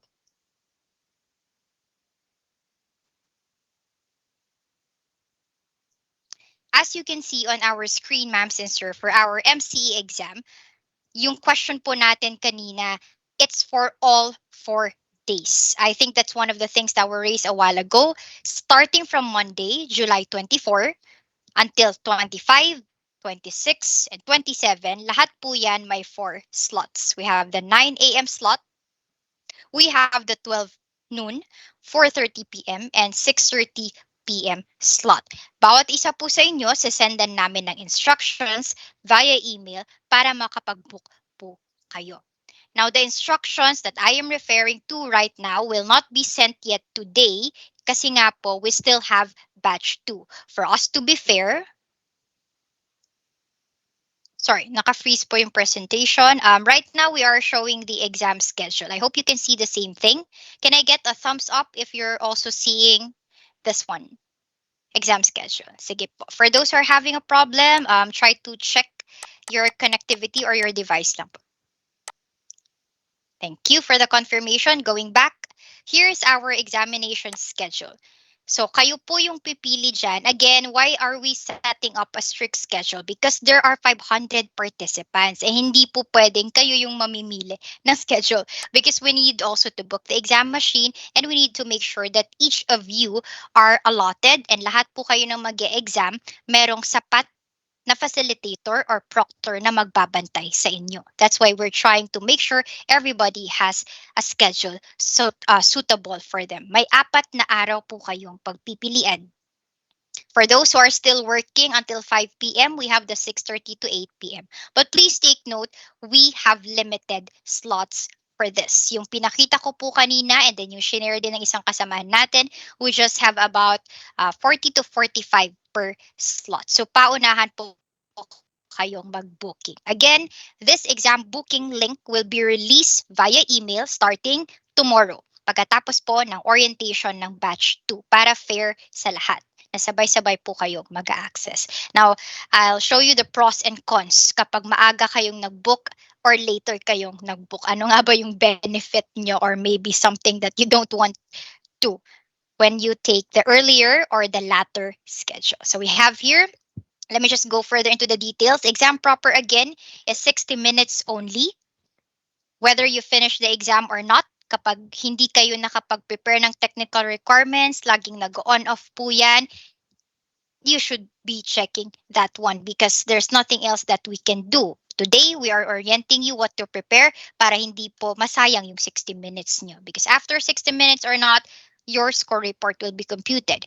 And we also only have a grace period of 30 minutes. Aside from the fact that we are trying to set an example to our students na lagi po tayong on time at hindi tayo nalilate, that's the same thing we will practice here in our exam schedule. It's not just because of that rule, but because we are using a virtual exam machine. Automatically, the virtual exam machine called Compass closes after 30 minutes. Halimbawa, nag-book po kayo ng 9 a.m. at hindi nyo pala kayang panindigan. Umabot kayo ng 9:31. Automatically, hindi na po kayo makakapag-exam during that time. And I think 30 minutes is enough for a grace period. So please, choose a schedule na kaya po nating panindigan. Sayang naman if we try to take the slot of others and nawalan sila ng slot for that one tapos hindi ka lang din pala makaka-attend. So please choose wisely your schedule. So overall, ma'ams and sir, it's a total of 1 hour and 30 minutes and it's expected that on or before July 22, 1 p.m., that's Saturday if I'm not mistaken, Sunday I should say, yeah. On or before July 22, 1 p.m., nakapag-book na po kayo. If you're not able to book your exam schedule, then you cannot take the exam. So, wait po kayo tomorrow ng email natin paano i-book itong exam slot. If you are not familiar with the exam booking, try to ask a friend later on, but make sure that it's your account that they are using. So, you will be using Microsoft Booking. So, this is one of the tools na ginagamit po within Microsoft. And who knows, you might encounter that in the exam. So, at least alam niyo po kung paano gumagana ang Microsoft Bookings. So here is the exam booking page demo. Let us show you. You will receive an email just like this. So as you can see on our screen, we have a video recording here. Ako lang po talaga yung nagsasalita, wala siyang audio. Now, the exam booking page email will look like this. It's greetings and a link for you to go to our resources, an instruction to you to book your preferred examination, and the link to the booking page. So that will just lead you to this part there, and then choose your available time slot, add your details, and provide additional information, then click booking. Let's try to click the link, and what will we see on our screen?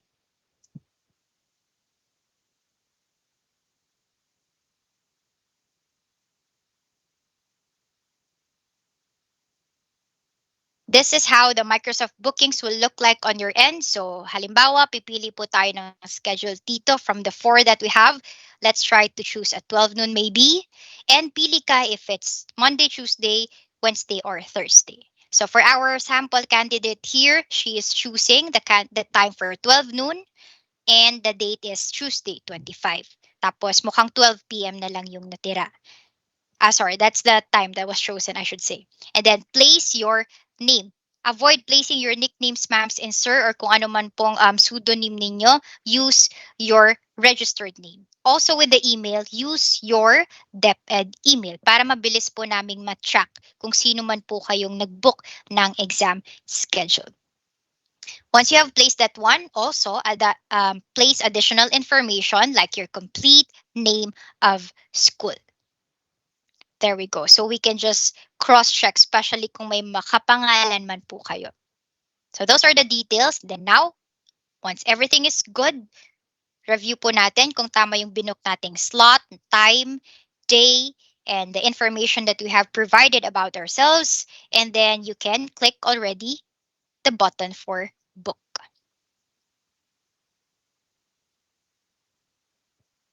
Give it time to load.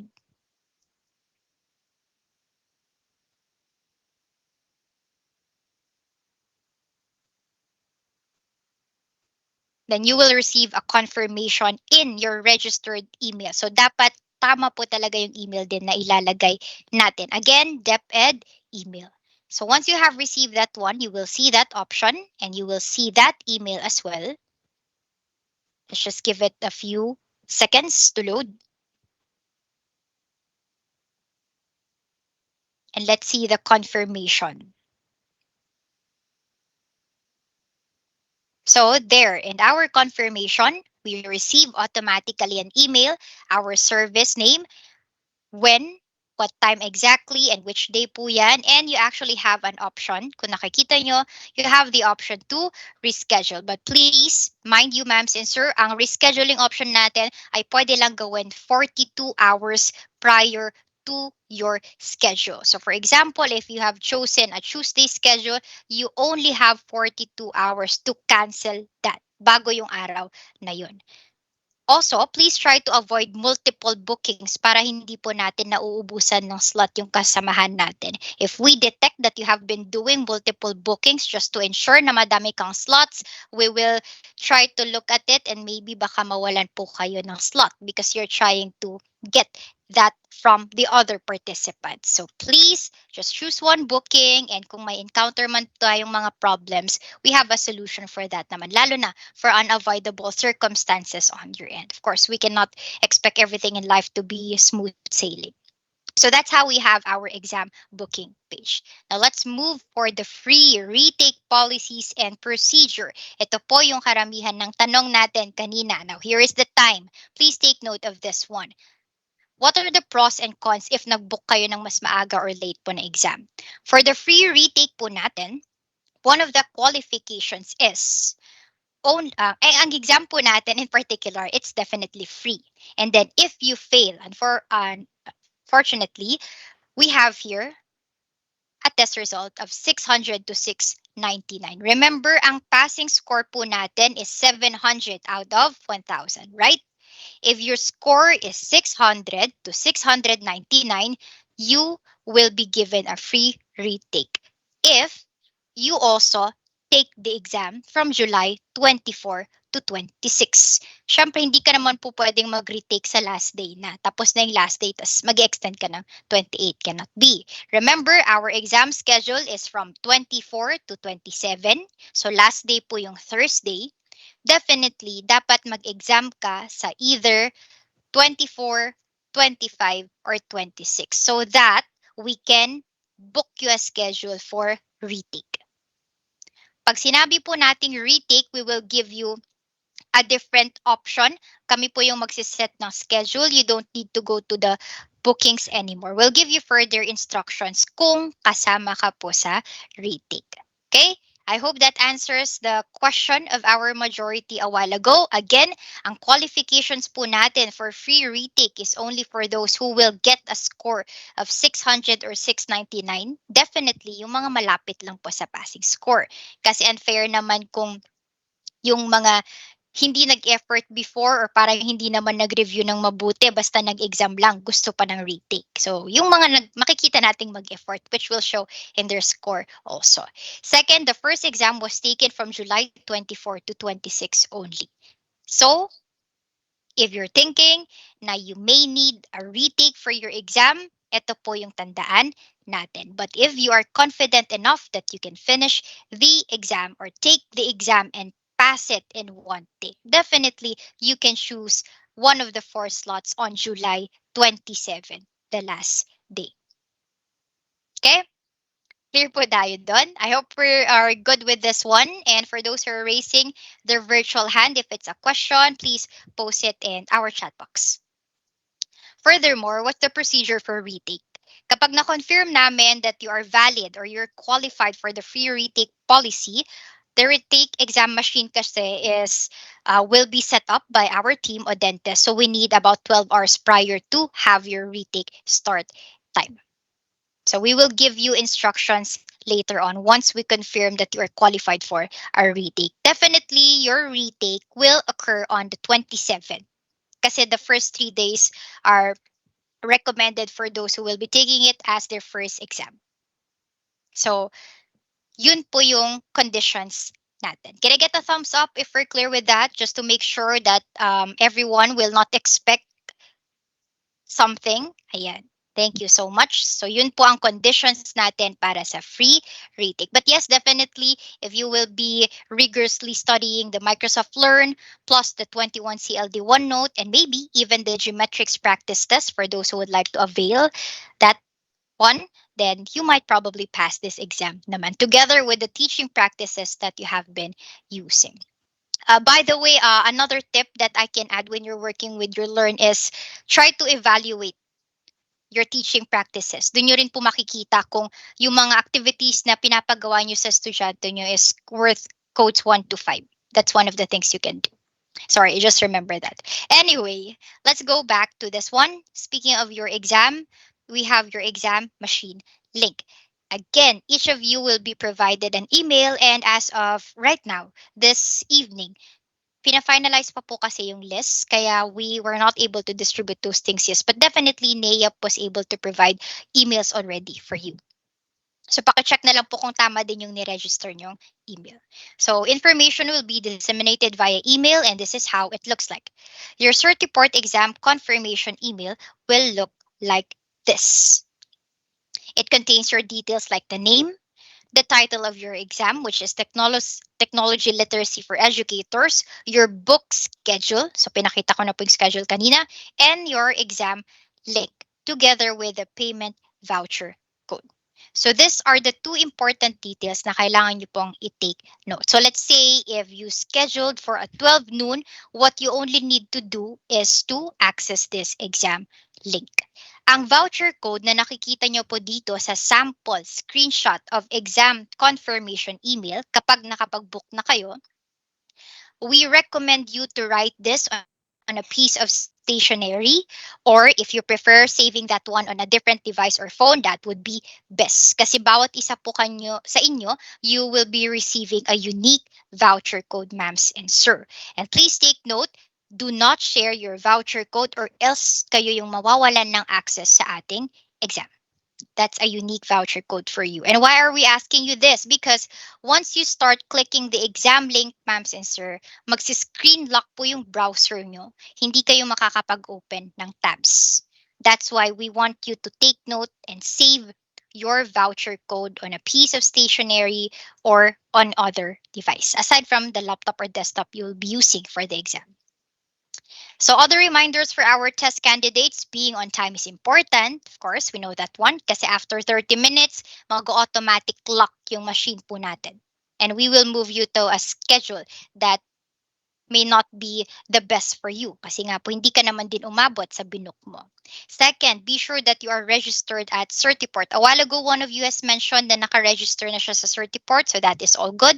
But if not, that's totally okay. We have instructions to guide you later on paano din gawin po yung Certiport creation natin.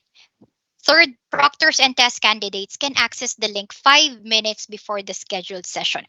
Kung ang exam po ninyo ay 9 a.m., and you see the link there, you try to click that, it's expected that that will not work ahead of time. Pag sinabing 9 a.m., ma-open lang po yan ng 8:55 a.m. 5 minutes before your scheduled session. So wag po kayong mag-panic kung na-receive nyo yung exam confirmation email na to at hindi nyo pa maklik yung link or it's not working.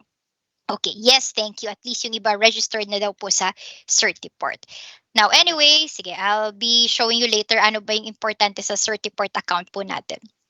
So, it's important that you have your Certiport username and password ready, and we recommend that you use your Microsoft account, personal account for this one para na maintain nyo po yung access for this. Now, again, the mode of payment is voucher. Now, in your exam, you will also see there later on that there's a proctor chat. But anyway, aside from the proctor chat, we will be providing a Teams meeting just like this one for our examinees para meron po kayong extra technical support. So that is the content of the Certiport exam confirmation email that you will receive once you have booked your schedule.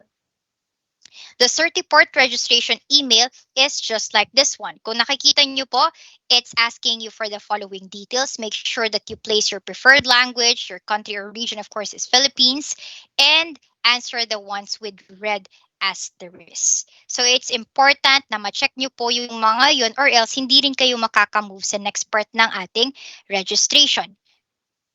And when speaking of the details, ma'ams and sir, make sure that you are providing your correct name and even your birth date. Let's focus on the name. We have several participants before na nagka-problem kasi ang pinaglalagay po nila is their nickname.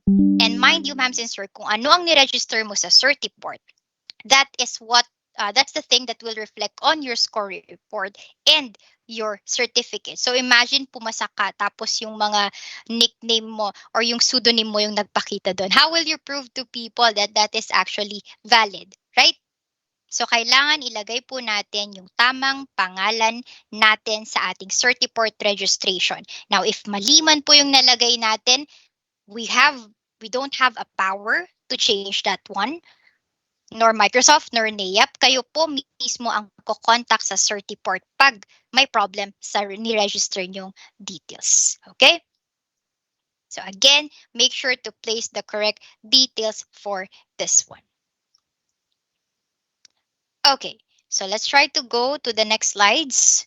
Let's now look into our technical requirements. When taking the exam, and I hope you're able to read the memorandum well, it's expected that you have your own device. And when we say device, that's a desktop or a laptop, which is either with the operating system of Windows 10 or 11, or for those MacBook users, dapat Mac OS X Catalina or Big Sur or Monterey po yan. Lower than that, your exam might not work. Next, you should have a physical keyboard and mouse. It's definitely easier to navigate through the screen if you have a physical keyboard and mouse rather than yung kung ang laptop or desktop nyo man is touchscreen. Medyo mahirap po mag-navigate pag ganun. So have the physical ones. And of course, a stable connection of at least 10 Mbps. You will be needing this internet connection. If you can prepare a LAN or extra Wi-Fi connection when taking the exam, please do so. It's important that you don't lose connection or else you'll experience several lagging on your end. Iniiwasan po natin yun. So more things about the technical requirements is here, but definitely if we look into this one, that's just the summary of how we're going to look into this.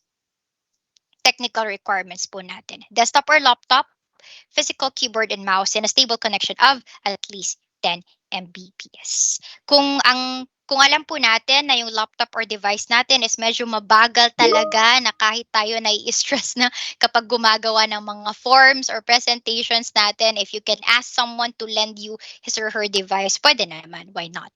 Kung pwede nga, may dalawa kayong laptop po dyan para sure na maayos yung pag-take nyo ng examination. Because again, we are reserving slots and we are encouraging you to prepare your technical requirements ahead of time para hindi kayo nai-stress sa technical requirements nyo tapos mame-mental block pa po tayo. Hopefully, hindi yun mangyari sa atin. Okay, so once you have that, let's go to the next parts. Let's also look at the bandwidth. Should there be other people, minsan hindi talaga po natin maiiwasan na may kasama tayo gumagamit ng laptop or desktop. Maybe you can just ask them to pause for a while or mag-offline muna. Patapusin ka lang pong mag-exam. Now, to check the stability of your internet connection, aside from the internet speed apps that you may have or in the website, what you can do is actually go to the command prompt and type this one, ping space -n space 9999 space edge.com. So that's one of the things that you can do when you are checking your internet connection. So let me just type it here also para matry nyo po sa command prompt ninyo. There we go. So give me a few seconds. Kasi this is a more effective way to check if you have stable connection. Kahit sobrang bilis po ng inyong internet, if it's unstable, that's a different scenario already. So please take note of that one.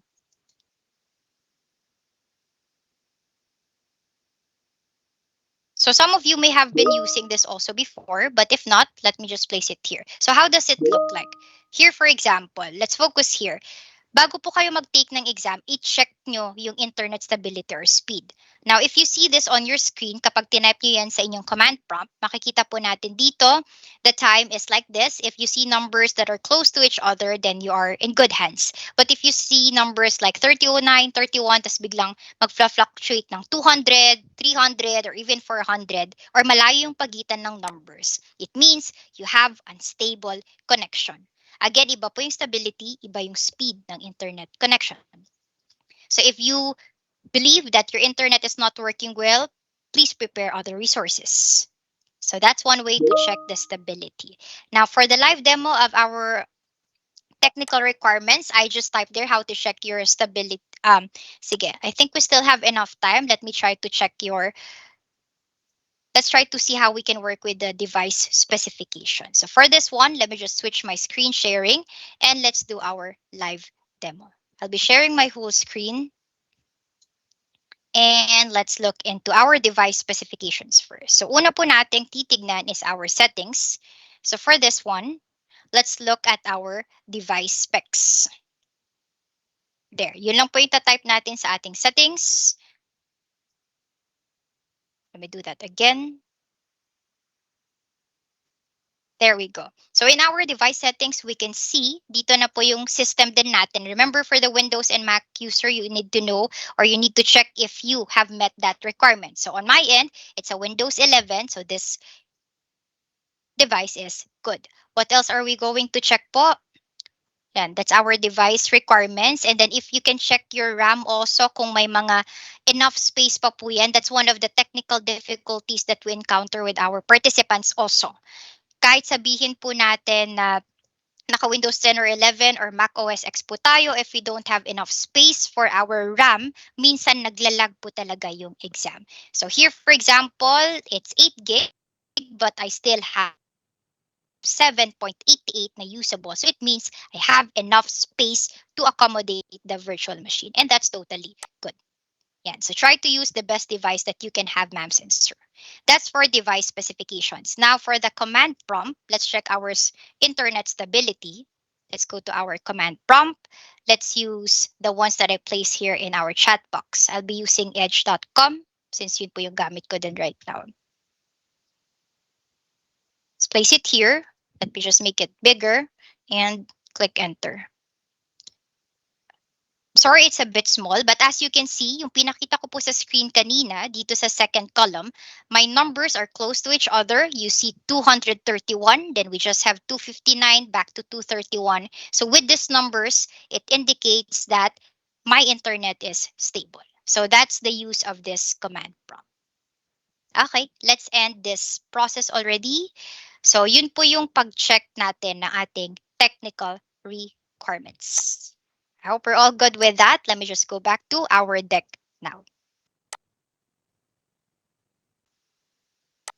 Okay, so much for this technical requirements. Let's also look into our virtual exam machine. Again, depending on the slot that you have reserved, there is extra 5 minutes or earlier 5 minutes that you can access that one. If you book a 6:30 exam, 6:25, mag-work na po yung exam machine. Again, huwag mag-panic if hindi po siya gagana agad because there's a time for that one. So, when you receive the exam confirmation email, which I have discussed the contents to you a while ago, pagdating ng schedule nyo, let's say you are booked for a 6:30 p.m. exam, there is nothing else that you need to open. It's actually recommended that you close all other apps to make sure that you can successfully access our Compass na wala pong other apps running in your background because that may cause the lagging pa. What you need to do is when you take the exam, as much as possible, minutes before mag-prepare na po kayo, umupo na po kayo sa harap ng device nyo, open your exam confirmation email, click this exam link. Remember, you should have taken note of your voucher code on a piece of stationery or a different device kasi hindi nyo na po yun mabubuksan later. Once you click the exam link, you will be able to start it. Now, please take note, the session time, whole thing is 130 minutes, but the exam is 60 minutes only. There's a button that will indicate the timer for such. Here is what you will see on your screen. Please take note of these details. You will see this first part. Do instructions 1, 2, and 3. First one, copy access code. Just click that. Second, click download secure browser. Give it time to load. Depending on your device, performance, and internet speed and stability, yun din po yung bagal or bilis ng pag-download ng ating virtual exam machine. Next, number three, you will see that either on the lower left corner or upper right corner, click that one and run secure browser. Sometimes you will see errors or messages that will allow you to allow administrator, and hopefully you have your firewall already set up. Hindi na po siya naka-block. That's one of the instructions in the memorandum also. I-check po yung VPN or firewall ng inyong device. So let it run. And then you will see this on your screen. Your access code has been copied and pasted here. Just click submit. Now give time for your exam machine to load. Again, depending on your device performance and internet stability, yung speed po ng pag-load nito. If the others are already starting with the exam and kayo hindi pa, it's because of your technical requirements. Okay? Check po natin yan. Next, once it has successfully loaded, you will be asked to input your Certiport username and password. Kaya, sa instruction po natin sa exam email, you need to check beforehand if your username and password are working, because if it's not, you will not be able to take the exam. And we do not recommend you to create a second account. Baka magka-problem po tayo. Okay? So make sure to check that one. Now, with your Certiport account, you probably have some of you have probably registered already. So successfully log in na po tayo in this part. Do you have an exam group ID? Leave this button into no. But for this part, do you have a voucher? Yes.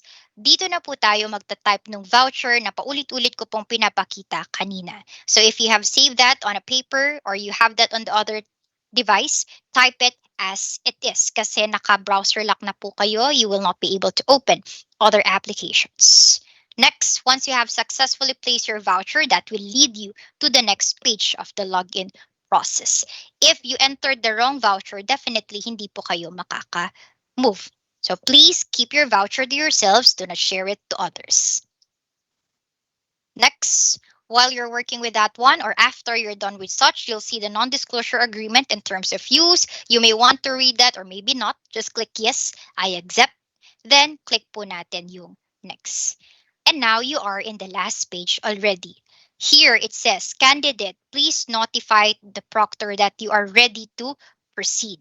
Meron po kayong makikitang chat box sa right side or gilid ng inyong screen. Since this is a virtual exam, we will be proctoring you also virtually. So notify us using the chat box. Tell us that you're ready. Now, please give your proctor 3 to 5 minutes to unlock your exam. Kasi sabay-sabay po kayong nag-i-exam and mag-isa or dalawa lang po yung proctor ninyo. And you don't need to worry about the time that is being consumed kasi you have separate 60 minutes. This login process is a separate time from your exam proper itself. Kaya wag po tayong magpanic kung hindi agad mabubuksan ni proctor. It's totally okay. Hindi po nauubusan yung time natin. And do not ask your proctor for his or her username and password. Ang gagawin lang po natin, tell the proctor that you're ready, however, in whatever words or terms you would like to tell that, si proctor ang mag-input ng username and password niya. Do not ask for it. Okay? So siya po yung maglalagay dyan, and once he or she has unlocked your exam, just like this, meron po tayo dito yung chat box.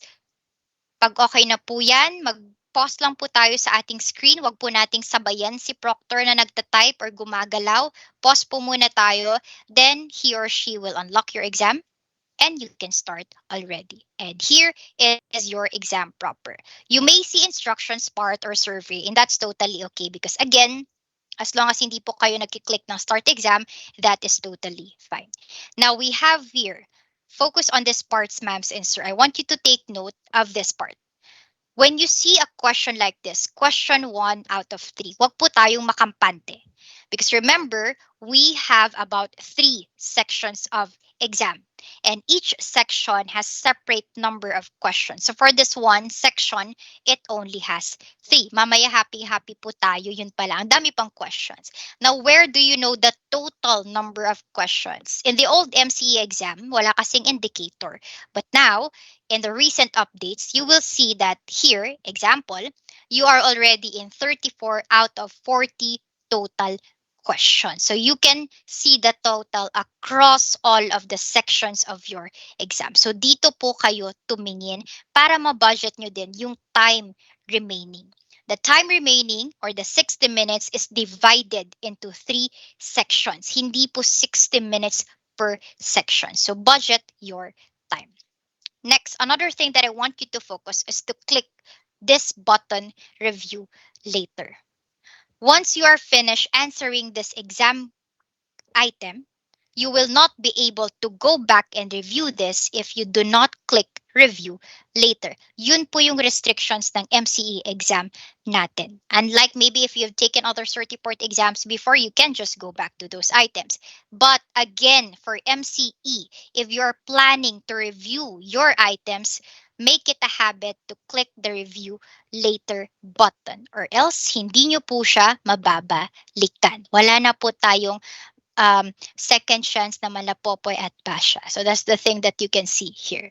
Anyway, here is your example question. This is probably a case study because you see a lot of buttons where we have overview and other details. So yung practice po natin, familiarize yourself with the rubric or decision tree, then try to check if it's worth a code or not. Look at the keywords. I gave you some tips how to identify the keywords per learning domain po natin. So I hope you were able to take note of that. So here's a sample question. The other buttons that you might see are help, calculator, color, reset, and the previous and next buttons. Ito lang po yung mga importante that we really want to emphasize to you. Click the review later button, check your total number of questions, and check your remaining time. Next, let's try to see the other parts. Here is the ending of each section. Now, for every section, you will see this part. Ito po yung ini-emphasize ko kanina that items which have not been marked for review can no longer be modified. So since hindi tayo nag-click dito, wala na akong pwedeng balikan because I answered everything already. So please make sure to make that a habit to click items marked for review. But if you're confident, no worries, pwede rin naman. Once you're done with section number 1, for example, click finish, then that will just lead you to the next section if there's still anything that you need to answer. But if not, you will just click finish. And if that's the last section, you will be able to receive and view your score report. Your score report contains the details about you as the candidate, the exam, and the breakdown of your scores, and of course, the result, whether you have passed or not. So you can download this PDF form or this will be readily available also sa inyong Certiport account. Kaya even after taking the exam, especially if you'll be taking other certification exams with Microsoft maybe or other, makikita nyo pa rin po yung score report na ito as long as you have access to that. And then, that is where you can also click and open your soft copy of the certificate. You actually have an option to order the printed copy of this one, but you just need to make your payment through Certiport. So makikita nyo rin po yung click or link na yan. Don't worry, we'll give you instructions later on how to work with your score report and certificate for our passers. Again, passers are those who will have a score of 700 and 1,000 or perfect. That's the credentials you will receive in this one. To download your certificate in score report, access lang po natin ulit ang ating Certiport account. And no worries, we will give you an instruction via email what to do after your exam, how to access those things that we have mentioned to you. What else do we have here? Ito po yung mga buttons na sinasabi ko kanina, where to download your certificate, the option to download your official certificate, the button to see your score report. All in your Certiport account. Kaya dapat tama po yung details na ginamit natin when we created our Certiport account. For those who haven't created yet, it's okay. We can give you instructions later on naman in preparation for your exam. So, tech difficulties, worst case scenario. What if you lose internet connection? power outage, or absent due to medical condition or late more than 30 minutes, automatically mamumove po kayo sa July 27, last day of examination. Again, all of the worst case scenarios here, kasama na rin po dito yung mga hindi talaga makakaabot sa mga nabook nilang schedule, candidates will automatically be rescheduled on July 27, last day of exam. So technically, kung hindi man po tayo pumasa on that day kasi nga na-reschedule tayo, wala na po tayong free retake. Remember, our qualifications kanina, dapat nasa first 3 days lang po tayo. Okay, I hope we're clear with those scenarios. What else? If you see this scene on your end, meron po tayong option to click the refresh button. But definitely, if you need technical support, may chat box po tayo to tell your proctor what's happening on your end. Another thing that we want you to do on your end, if nag-freeze na po yung screen nyo at inabot na ng 2 minutes, know when to do the force shutdown. Ganun po yung gagawin natin if hindi gumagana yung refresh button and the screen is frozen already. Wag na po nating hintayin na umabot siya ng 5 minutes. Maybe if it hits 2 minutes already, do force reboot your computer. Tapos, ang gagawin lang po natin is once nag-restart na yung machine natin, balikan yung Certiport exam confirmation email, click the exam link, and you can continue your progress. Okay? So, kayo po mismo ang gagawa nito. So, take note of this solution. What else? If not unlocked, if you actually entered the exam machine on time, hindi lang po kayo nakapag log in agad-agad or medyo nagka-problem po, that's something that we can work on naman. So, pumasok ka naman ng mga 9, tapos nagla-login ka, nagka-problem lang, we will find a suitable schedule for you. But if you went beyond the grace period, 30 minutes na, hindi pa po namin nakikita sa screen na nag-notify na pumasok na kayo and nag-try mag-login, that is one of the conditions as to why we will move you to the last day of exam where you don't have the option to take a retake should you fail the exam. So again, be on time. Okay? So, aside from our chat box po na pinakita ko kanina, while you are inside the virtual exam machine, definitely we will be providing a Teams meeting just like this for those who are scheduled during their examination. So, those are the extra technical support that we can offer while you are taking your MCE exam. So, reminders po, we just have a few minutes before our meeting. Please access your 21st Century Learning Design OneNote and your Microsoft Learn. So, if you were able to follow that or you were able to do that before kasi na binaba naman po sa memo natin that you should register already, you can start accessing this. Second, access all files, training, recordings, and guides. You can check our MS Teams and MCE NEAP. So, kung wala man po kaming masend today, kindly wait for it tomorrow. Anyway, ang priority nyo po is mag-start with the learning design or the learning materials. Number 3, please check your emails later on because all information will be sent to your email. The MCE NAEP 21 CLD OneDrive folder is an alternative to our Teams group. Again, MS Teams is not required. As long as you have your email, we will communicate with you. Clear po tayo doon? Are we still good? Don't worry, patapos na po tayo. Konting test na lang po. Okay, thank you so much for the confirmation. So requirements later on, please book your exam schedule. Again, together with batch 2, bukas lang po namin i-release yung exam booking link para fair sa lahat na makapag-book ng gusto nilang slot. Make sure to be ready with your technical requirements. It's your responsibility to secure those technical requirements. Not Odentes, not Microsoft, nor NEAP will be providing that for you. Third, study the learning materials, 21st Century and OneNote. And if you'd like to purchase the geometrics, answer the form that will be provided also. So no exam booking, no Certiport exam confirmation email. Program recap na po tayo. So overall, for today's session, for this afternoon, this evening session, I should say, we did the learn and practice recap. We showed you how to take or work with the Certiport exam process. We showed you the slides, how to create your Certiport account, what to do with technical difficulties, and how the exam machine looks like when you take the exam itself. Although we don't have enough time, probably at the end na lang po namin ng certification program as a totality gagawin yung survey. So remember, we have a Teams group later on. But again, if you have the email, it's totally okay. Tapos, you can just check that out. If you have been using Microsoft before, you know how to do this. You simply need to check your Teams group or switch tenant to a dentist technologies. Yun lang po yung gagawin natin. Again, wag magpanic if hindi po kayo maka-join sa Teams. May email naman po tayo sa lahat ng mga announcements and other questions or concerns. What else? We have a OneDrive folder. That is where you can access all of these files. You can go to this link. I'll provide this in our chat box na lang po at the end of our session. This is your alternative to MS Teams. It contains an option for you. How do you install your Office 365 para magamit niyo yung OneNote offline and maybe other Microsoft tools that you want to familiarize yourselves, and the offline version of your OneNote, which contains the 21 CLD details na dinemo ko po kanina. So that's our OneDrive folder. Program recap totality. Today, for our batch 1, we have discussed the MCE program overview.